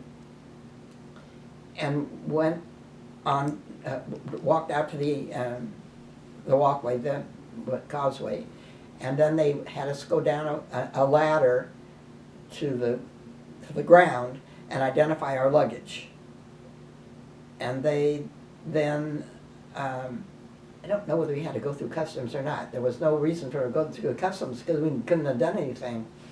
And we flew home that evening, and they served us sandwiches and no utensils. And we got home late, so Darlene ended up spending the night here and then flying out to Minneapolis in the morning. But it was a trip and a half, and we kept listening, of course, on how the people on the East Coast were isolated in Halifax and whatever. There were people isolated all over the world. So we were fortunate enough to find the rooms and the Costco and this wonderful shopping center right off the airport. There's a town right at the airport, and it escapes me right now. But there is a wonderful travel group that I've taken trips with, and that's where they're located, in this little town. Carnival? Or not, Caravan? No, Adventures Abroad. Oh, okay. Okay. All right. maybe one other time is Italy. I think Italy is beautiful. The food is spectacular, and the people are lovely, and so that would be high on my list. My philosophy is, if you go on a trip and you don't have a good time, then it's your fault, because you can always improvise and find something wonderful to do, or somebody interesting to talk to, or whatever. And I found that to be true. On one trip we took to Israel, the couple, there were my sister-in-law Annette and her daughter Emily, who was about to be bat mitzvahed, and Sally Riley, my next door neighbor, and I. So we were the only unmarried group. And the couple seemed to sort of go off by themselves. They ate late, and they sort of did their own thing. We couldn't eat late because Emily's diabetic, which was just fine with me because I don't, that was just fine. So Emily and Sally and Annette and I ate, and there were 3 other ladies, one of which was Gail Geiger, who was a dear friend. And with 7 of us would go, or 4 of us would go, or just Sally and I would go.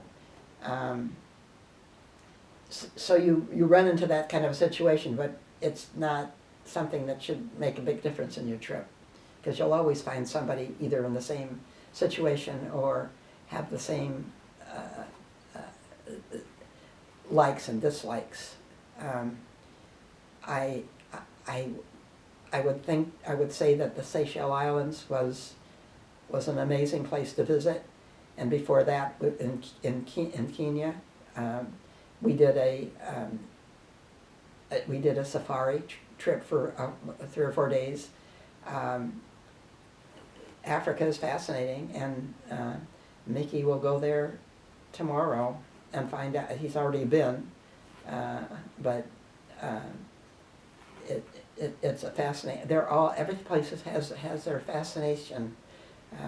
Angkor Wat in Cambodia, any place in Vietnam. I've been to Alaska 5 times, and I would leave tomorrow morning if somebody asked me to go with them. I love Alaska. One trip that I will point out that was memorable was in 1984. My last day at work was on a Friday, and I walked out of the office, and I never went back, as a matter of fact. But that wasn't the point. On Sunday, 2 days later, 4 of us got in a car and drove north to Banff on Lake Louise, spent a week in Banff, and then drove across Canada. The people in the group were not the same people. People came and left, not a lot. We did a lot of shopping. We did a lot of exploring. Each time you move into a different section of Canada, the Tourist Bureau will hand you what's going on there.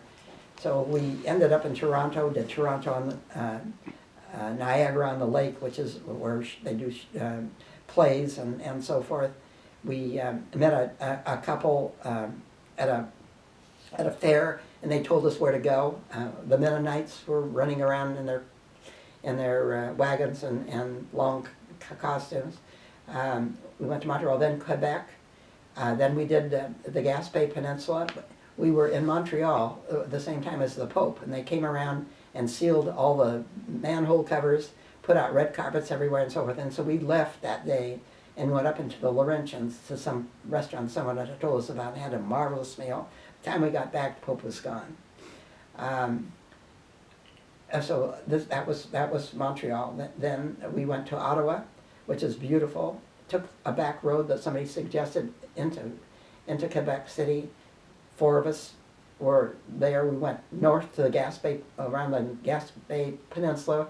Well, most of the people didn't speak English, they spoke French, but we managed to buy things anyway. Then we went down and around up to Prince Edward Island, which is fascinating, back down to to the mainland and Cape Breton, and all the way down through Nova Scotia, where we caught a ferry and went back to Maine. I must point out that we did a lot of buying, and that every 10 days or 2 weeks we stopped at a post office and shipped stuff home, because there just wasn't room in the trunk for all the stuff we bought. I bought a lot of soapstone. I got into soapstone in Banff and bought a lot of soapstone along the way. Beautiful things. How many continents and countries have you been to? I've been fortunate enough to gone to over 100 countries, and I've been to all the continents. Actually, Africa was my last continent. And that was a trip to Victoria Falls and then down through Kruger and Durban and South Africa. Victoria Falls is magic.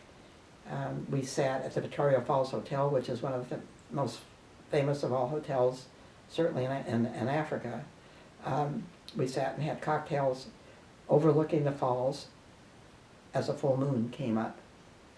And, you know, it's the time when you wish that your husband was still around, or somebody special to share a romantic kind of emotion. That's it.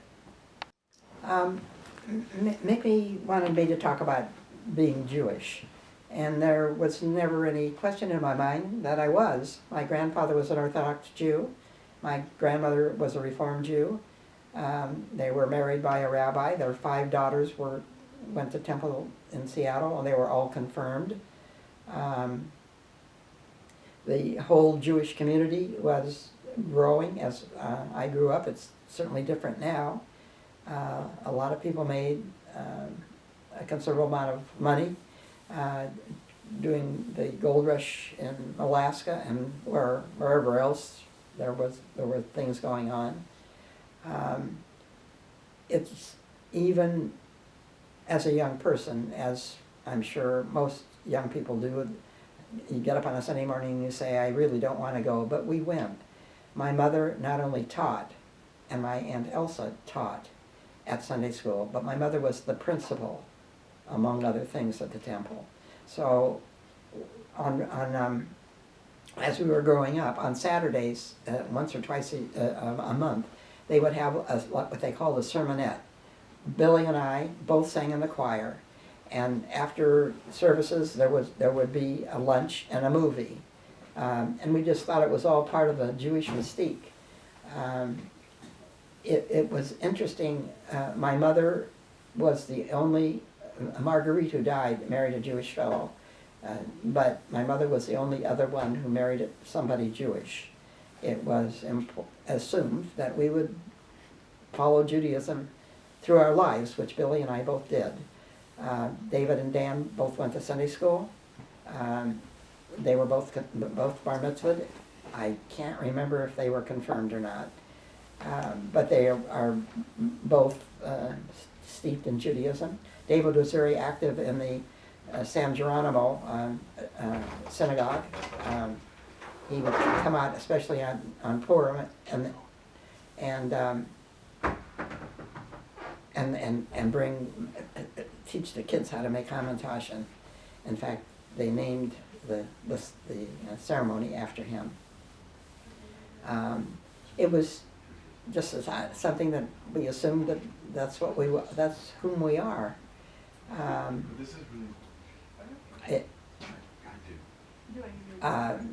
My grandchildren went to Sunday school at the synagogue in San Geronimo. I am hoping that they will eventually marry somebody Jewish, but that's not important as long as they really feel that Judaism is part of our lives. That's all I can say.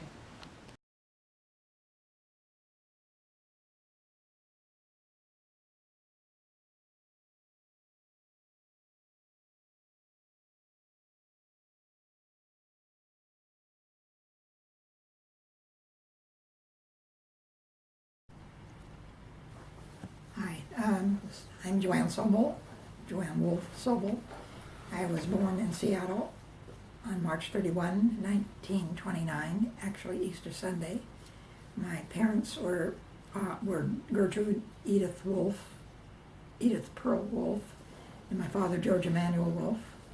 My mother was the oldest of 5 daughters, and when I was born, as a girl, there was a little bit of disappointment. However, my brother came along 2 years later, and we used to call him the Little Prince. In any event, I was when I was born, my family lived at Alki Beach, which was then a suburb sort of place, and then they moved in downtown to a neighborhood in Seattle. And then when I was 4, which would have been 33, and at the height of the Depression, they moved into a house where they spent $20 a month rent. It was a 4-bedroom home in an area called Capitol Hill, and that's basically where Bill and I grew up.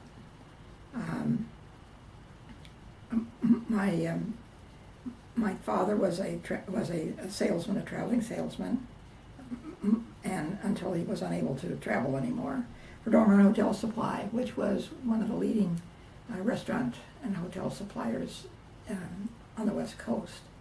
And he was very good at it. He got all kinds of awards. When Bill was born in 31, he noticed that there was something not right, and he was diagnosed early with multiple sclerosis. And my parents, who had originally planned on 4 kids, stopped at 2. We did all kinds of interesting things. Bill and I both went to Sunday school, of course. We sang in the choir. That's how I learned all the Hebrew prayers. My mother was very active in sisterhood at Temple D. Hirsch, which is where we all belonged.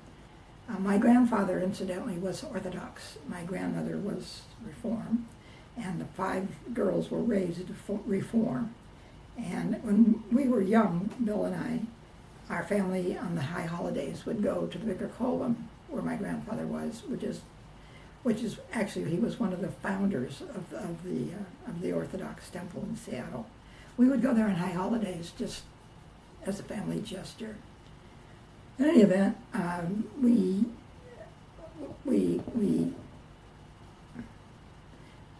we traveled a lot. Whenever my parents went anywhere, they took Bill and I with them. And we always had some kind of help. It was during the Depression, and people who had young people who needed jobs worked as what is now called nannies. So there was always extra help. My mother was very active in sisterhood and other organizations. My father was busy, and so there was always somebody home. Bill and I went to a school called Longfellow, which was then turned into Edmund Meany Junior High, and then we both went to Garfield High School, which is still one of the better high schools in Seattle. Your grandparents lived with you too, right? When in 1942 or 43, Billy was studying to be bar mitzvah, both at Temple D. Hirsch and at the Orthodox Synagogue Vicar Colum. And in April of that year, my mother's sister, Marguerite, died in childbirth. And 2 months later, my grandfather passed away. My grandmother and grandfather had moved in to live with us in the early 40s, and actually a little before 40s. So during the war, I've got my dates mixed up. My grandfather and grandmother lived with us through the to World War II, and the reason I'd forgotten is my grandfather, who loved to putter, had a victory garden, an elegant victory garden in the backyard. We also had Sunday forays. After Sunday school, my grandmother and grandfather would pile into and my brother and I, mother and father, would pile into the car and either go down to the waterfront where Billy knew the most of the ships that came in, and of course they were freighters more than passenger ships, by identifying their smokestacks. And his other interest was trains, and we would go down to where the round table was. It was a round device that they turned the engines around. And after we did all of those wonderful things, we would stop by Brenner's Bakery, pick up hot bagels, and go home and have dinner. My grandfather died, I guess, Billy would have been 42. I guess it was 43. And my mother and grandfather were living with us. And my grandmother was a wonderful baker and cook. And she did most of the cooking while my mother ran around being active in various organizations. When during the late 30s or the early 40s, we would all go out and pick blackberries, and my mother and grandmother would make jam. During the war, they even canned tuna fish in a pressure cooker. We celebrated all the holidays at our house, and whoever else was there. When I was small, it was all I could do to stay awake, because my grandfather went on and on and on. After my grandfather died, my mother, after a year or two, went back to work. And so my father, who was by then an invalid, and my grandmother kept each other company until she died, which was after Dan was born. So she died Early 60 in the early 60s. She was 80, I believe. And she was a very special lady. She was very sweet. She was very, very loving. And during the war, because my mother and father had the largest house, my youngest aunt, Molly, whose husband was in the service, stayed with us. There was always somebody staying at our house, and I ended up on the sofa or some other place. It was sort of a hub. After I went to college in Seattle, the University of Washington, it was the most expedient thing for me to do. I joined a sorority under protest, and my brother also, when he got to college, joined a fraternity, and then he depledged. He couldn't handle it at all. It was actually more than I wanted. But I met some wonderful people that are still my lifetime friends. Marge, Joey Lippman, Joanne Lippman, and Jackie Rosenkrantz, to name a few. I was originally a journalism major, but during my second year, I was editor of a weekly newspaper called the Capitol Hill Times, which may still be in operation. And I wrote the articles, solicited and wrote the ads for the summer. And I was also editor of a Jewish newspaper called The Transcript for a short period. So when my junior year came, and I was still a journalism major, it was required that you spend your entire year doing what I had done all summer. So I dropped out of journalism and switched to English. The third year I was in the sorority, I was the president. And Joey and Jackie and Marge were all officers underneath me. And I stayed a lot at the sorority house because it was the thing to do. And I decided it was time to leave. So after completing 7 semesters, I left. And I needed 5 hours in order to graduate. I entered 75, and I finished up in 1984. I took the book with me to California. I had originally planned to stay in San Francisco for a short period of time and then go to Minneapolis and work for Betty Crocker. That was the goal, but I never got out of San Francisco. I got to San Francisco on New Year's Day, 1950, and stayed with my first cousin, Jane Fine. And after a month, it was an uncomfortable situation for me. So I went to live with a lady who was a music teacher who rented out a room on Fillmore and Divisadero, a prime location in San Francisco then and still. And I stayed there for a while, and then got a what's called a studio apartment in the Marina, which is also one of the prime places to live, weather-wise and every other which way. I had a living room with a Murphy bed, so at night the bed came out during the wall, from the wall, and during the day went back up again. My first job was, I wanted to join the Waves, and I wasn't old enough. I didn't get a parent permission. I was 20, and my Uncle Harry, Molly's husband, talked me out of it. So I went to work. My first job was at Commerce High School in the night school department. I worked from 12:30 to 9, and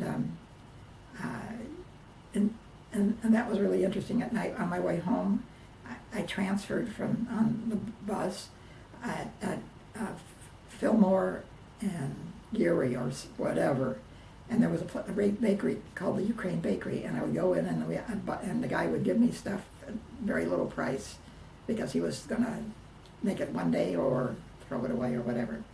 In any event, I lived in the marina for, I don't know, a couple of years, and then my friend Jean Heyman and I and another friend, Edna Rosenthal, got a flat on Franklin Street, and we lived there for a couple of years, and that was also very convenient. And then there's one fact that I neglected to mention. While I was living in the marina, a sorority sister from Phoenix came to San Francisco to visit her sorority sister and good friend, Ethel Fulop, or Flop. And it turns out that Ethel and her husband, Arnie Mayer, lived 2.5 blocks from me in the marina. And that will be incidental in the later on.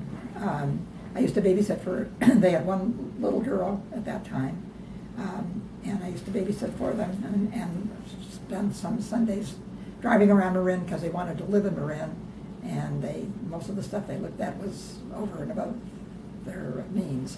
Arnie was a dentist, an extremely good, gentle dentist. He was a little hard socially to be around, but whatever. Anyway, after living with Jean and Edna and Eddie Rosenthal, Jane and I moved to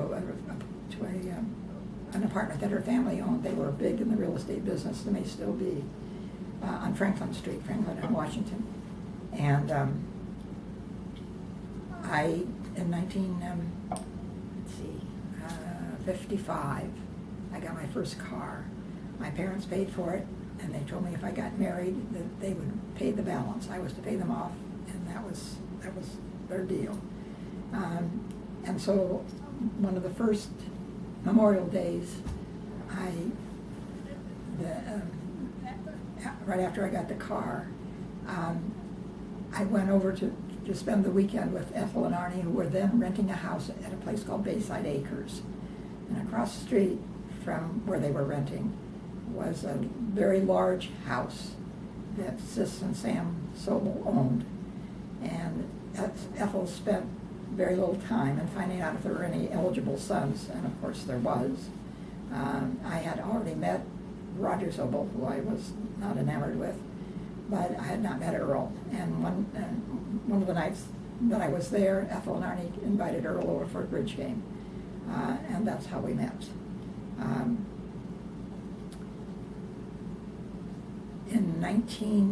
My work situation after, I think it was in 1950, it had to be in June or something, 1950, I went to work for Coretta, California, which was run by Joe Corrett and his wife Stephanie. They had no children, but they had brothers and sister-in-laws and everything who were all part of the operation. And I worked there in advertising for 2 years. And then I interviewed for a job at the Emporium, which is now where Nordstrom's is. And the day that I gave notice at Corrette, and that when I reported for work at the Emporium, I found out the guy who hired me had been fired. So I had no job. So I did some freelance work for a company called Moore's, which was Hart Schaffner and Marks in San Francisco. I worked in the bra and lingerie department at Macy's for 2 months prior to Christmas and hated every moment. And then I found a job with a small agency called Raymond Signs and Associates. Ray Signs was a very good artist, but a terrible businessman. And his associate was a lady named Beth Norman, who was a TV personality. She did a show called Let's Look at Books. And she used to broadcast live from Suto Tower on Sunday nights, and I would go up there with her. Then I met, Earl and I were seeing each other, and when he asked me to marry him, I said yes, we decided to call my mother, and I had been very careful not to mention anything about relationships to my family because I didn't, whatever. And when I told Mother who it was, she said, "Earl, who?" And it turns out that Earl's Aunt Bessie was a good friend of my mother's. They'd worked together in sisterhood I guess it was the Western region. Anyway, when I called my mother, it was like we got engaged on the 4th of November, and my mother said, "As long as you're coming up for Thanksgiving, why don't you just get married?" And so we did, and we were engaged for 20 days. We got married in Seattle at my mother and father's home.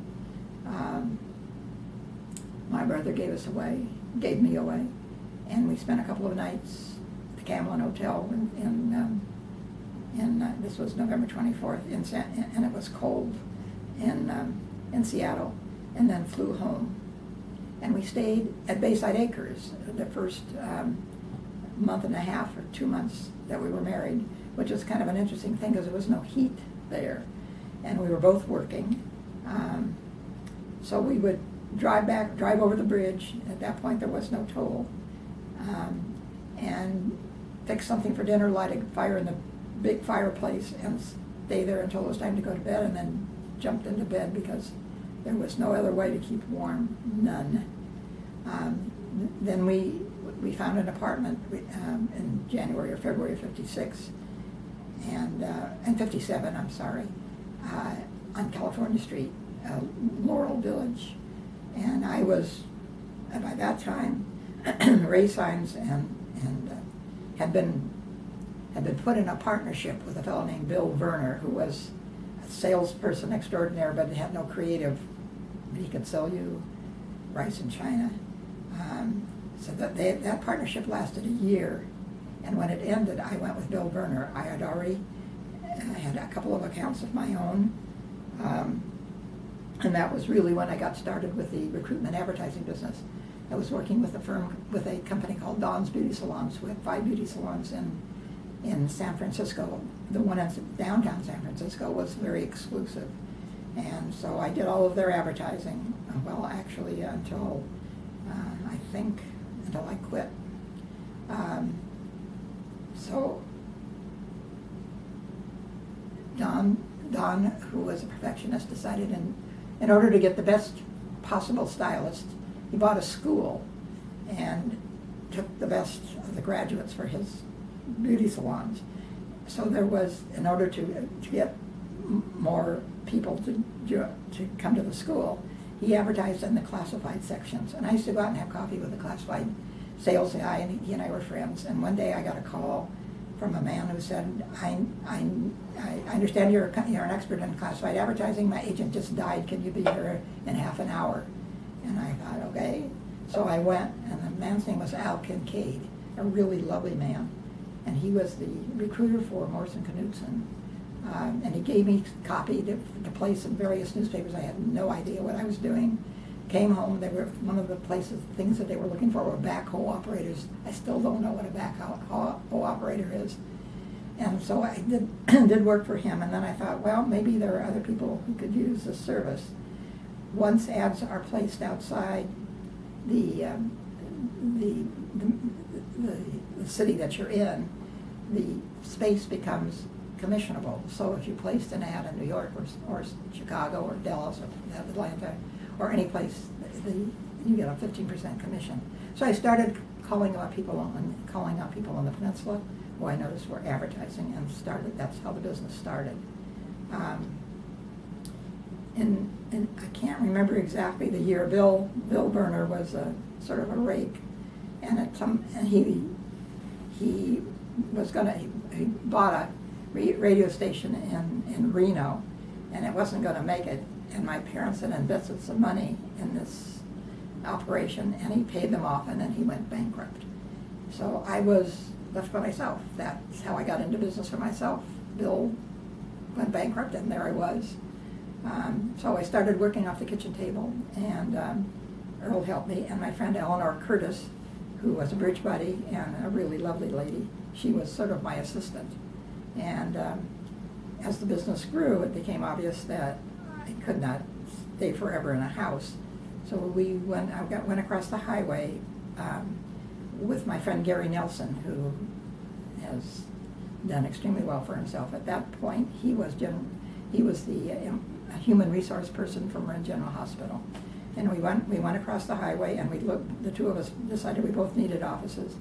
And we looked at all the offices. He picked one, I picked the other, and that's where I ended up when I finally retired.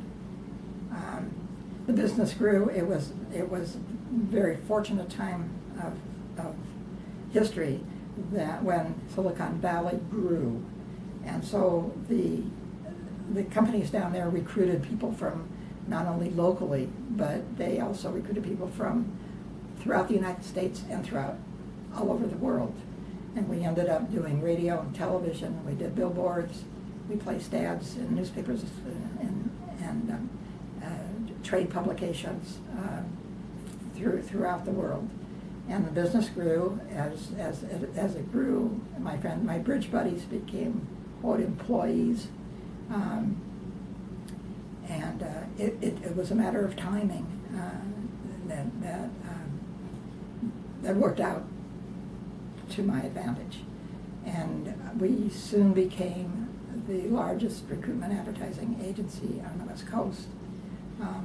And after a while, it was a little much. Earl had discontinued his CPA practice. He was working from home, and when I got home, that's what we discussed. It was not a really good situation not to have any other points of conversation.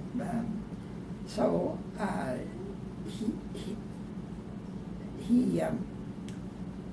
it was, and besides, we had grown to be 28 people, and it was really not fun anymore for me.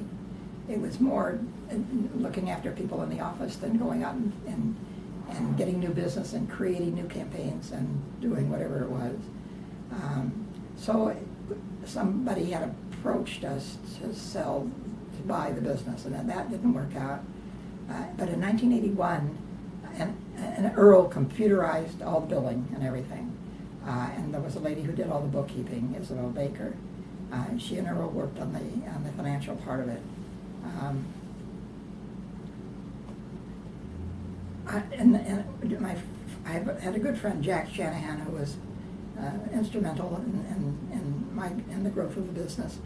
And he found out that there was an advertising agency in London that evidently had the computerized billing and every other computerized operation down pat.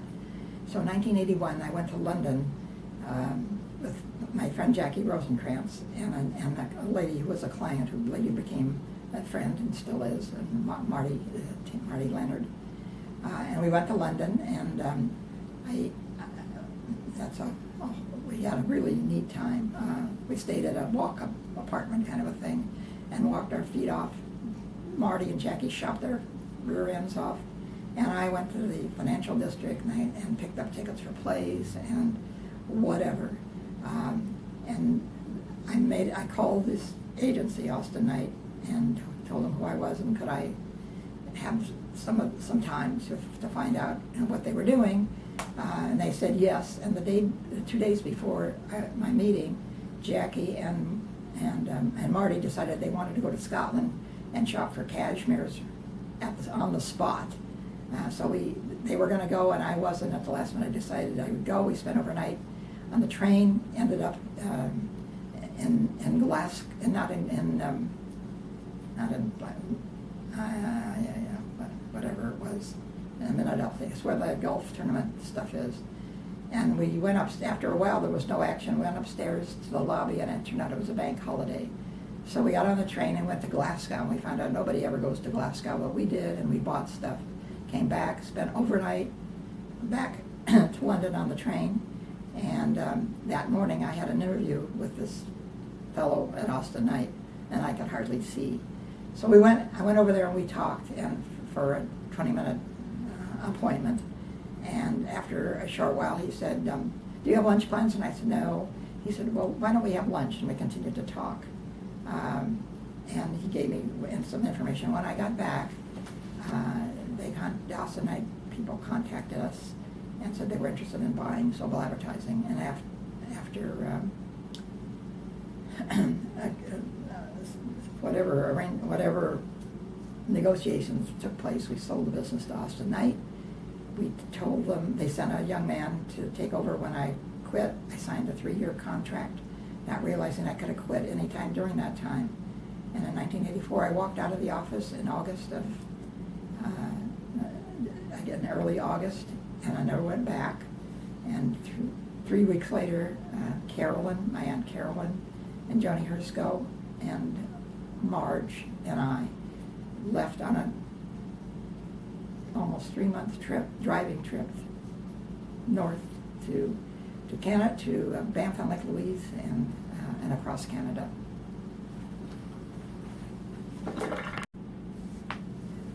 I'll backtrack on how Earl and I got to Marin. We used to spend weekends before we were married fishing. Earl had a boat when I met him. It was a wooden boat that was at Lowry's boat marina. And it was just a plain, like a rowboat kind of thing. And every winter it sunk, and every spring he bailed it out and worked on it in his parents' garage at Bayside Acres. We spent a lot of weekends there. And when Earl's grandmother was alive, the 3 of us would come over for the weekend, and Earl would work on his boat. Grandma Hattie and I would do whatever. In any event, after we were married, as I said, we lived in this very nice apartment in Laurel Village, and the goal was always to live in Marin. And so we moved in 1958 to Pine Lane, 775 Pine Lane in Terra Linda, and we lived there for 6 years. My grandmother and mother and father came down and visited us. Danny was born in July of the following year, in July of '59. And we needed a larger house, so there were some friends of ours who lived across the street, the Art and Ann Reese, who had 3 kids, and then 4, and they also were looking, and they ended up across the street from us on Barberry Lane. And I've been in this house for 50 years. I don't know. The kids went. Where was my dad born? Your dad was born. Your dad was born in San Francisco. In fact, both boys were born in San Francisco at Mount Zion Hospital. Dan was born. David was born while we were living in San Francisco, and Danny was. We were living here, but my doctor was in San Francisco. And 1 month before he was born, I went into false labor, and my mother came down because she thought I was going to have the baby, and I didn't. And so she spent a week here. Before Dan was born, and we went peach picking or something up in Novato. I climbed up a ladder and was picking peaches before I thought maybe I was going into labor again. So we got in the car, drove into the city, phoned Helen Pearl to find out if we could drop David there while I went to the hospital to have Danny.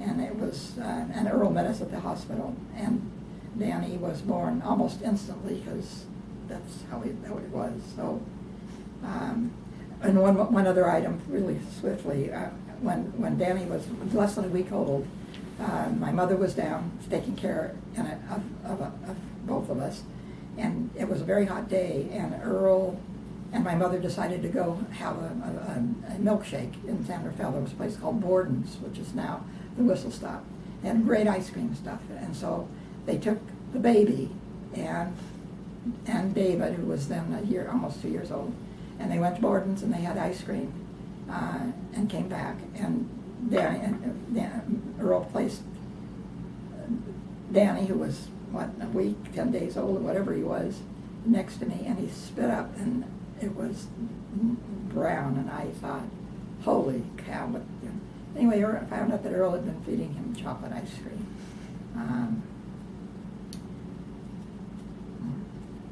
The kids went to Rose Sholem. We were almost charter members. We were considered charter members. I served on the board for 6 years as treasurer, because Earl with his CPA experience, and 1 year as secretary. I met some wonderful people doing that, and then Al Buddy became good friends of ours, as did Janet Kaplan and some of the other folks. The kids went all the way through Sunday school. They were both bar mitzvahed. David went to Terra Linda High.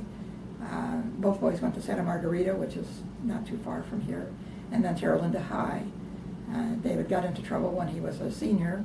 He and some friends put a goat on the roof of the high school, and the principal, and then he threw a pie in the principal's face, who was not amused. The principal was not amused. And I was working that day down the peninsula, and when I came home, I found out that David had been arrested, and that Earl had bailed him out.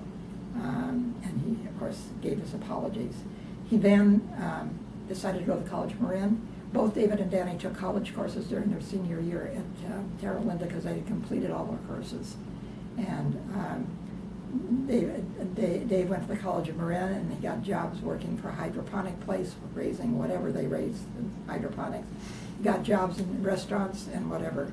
And he went, after he finished at the College of Marin, he went to Dominican College, which was then just starting to be more than just a girls' school. He spent he took his religion hours in Bolinas, where the nuns had a house, and David did all the cooking. They went out for weekend retreats, and he did the cooking, and that's how he got his religious credits. He graduated from Dominican the week before. He had a motorcycle and fell off and broke his arm, so he had his arm in a cast for graduation. And afterwards, he went to London for several months to learn, I guess, cooking, whatever. And he also took his cast off, which was not a good idea. Anyway, he came back, and we had already been involved in the purchase of a, how do I say that? A bunch of people bought into a house in Bolinas, a really lovely house on a cliff right above the water. And so we used to spend 1/8 of the year out there. And there was bakery there, a really nice bakery, and it turned out that it came up for sale, and Earl and I bought the bakery for David, and I ended up spending weekends selling and working the cash register, and that's how David ended up with the bakery. Then, and on weekends, the line stretched down to stairfuls of people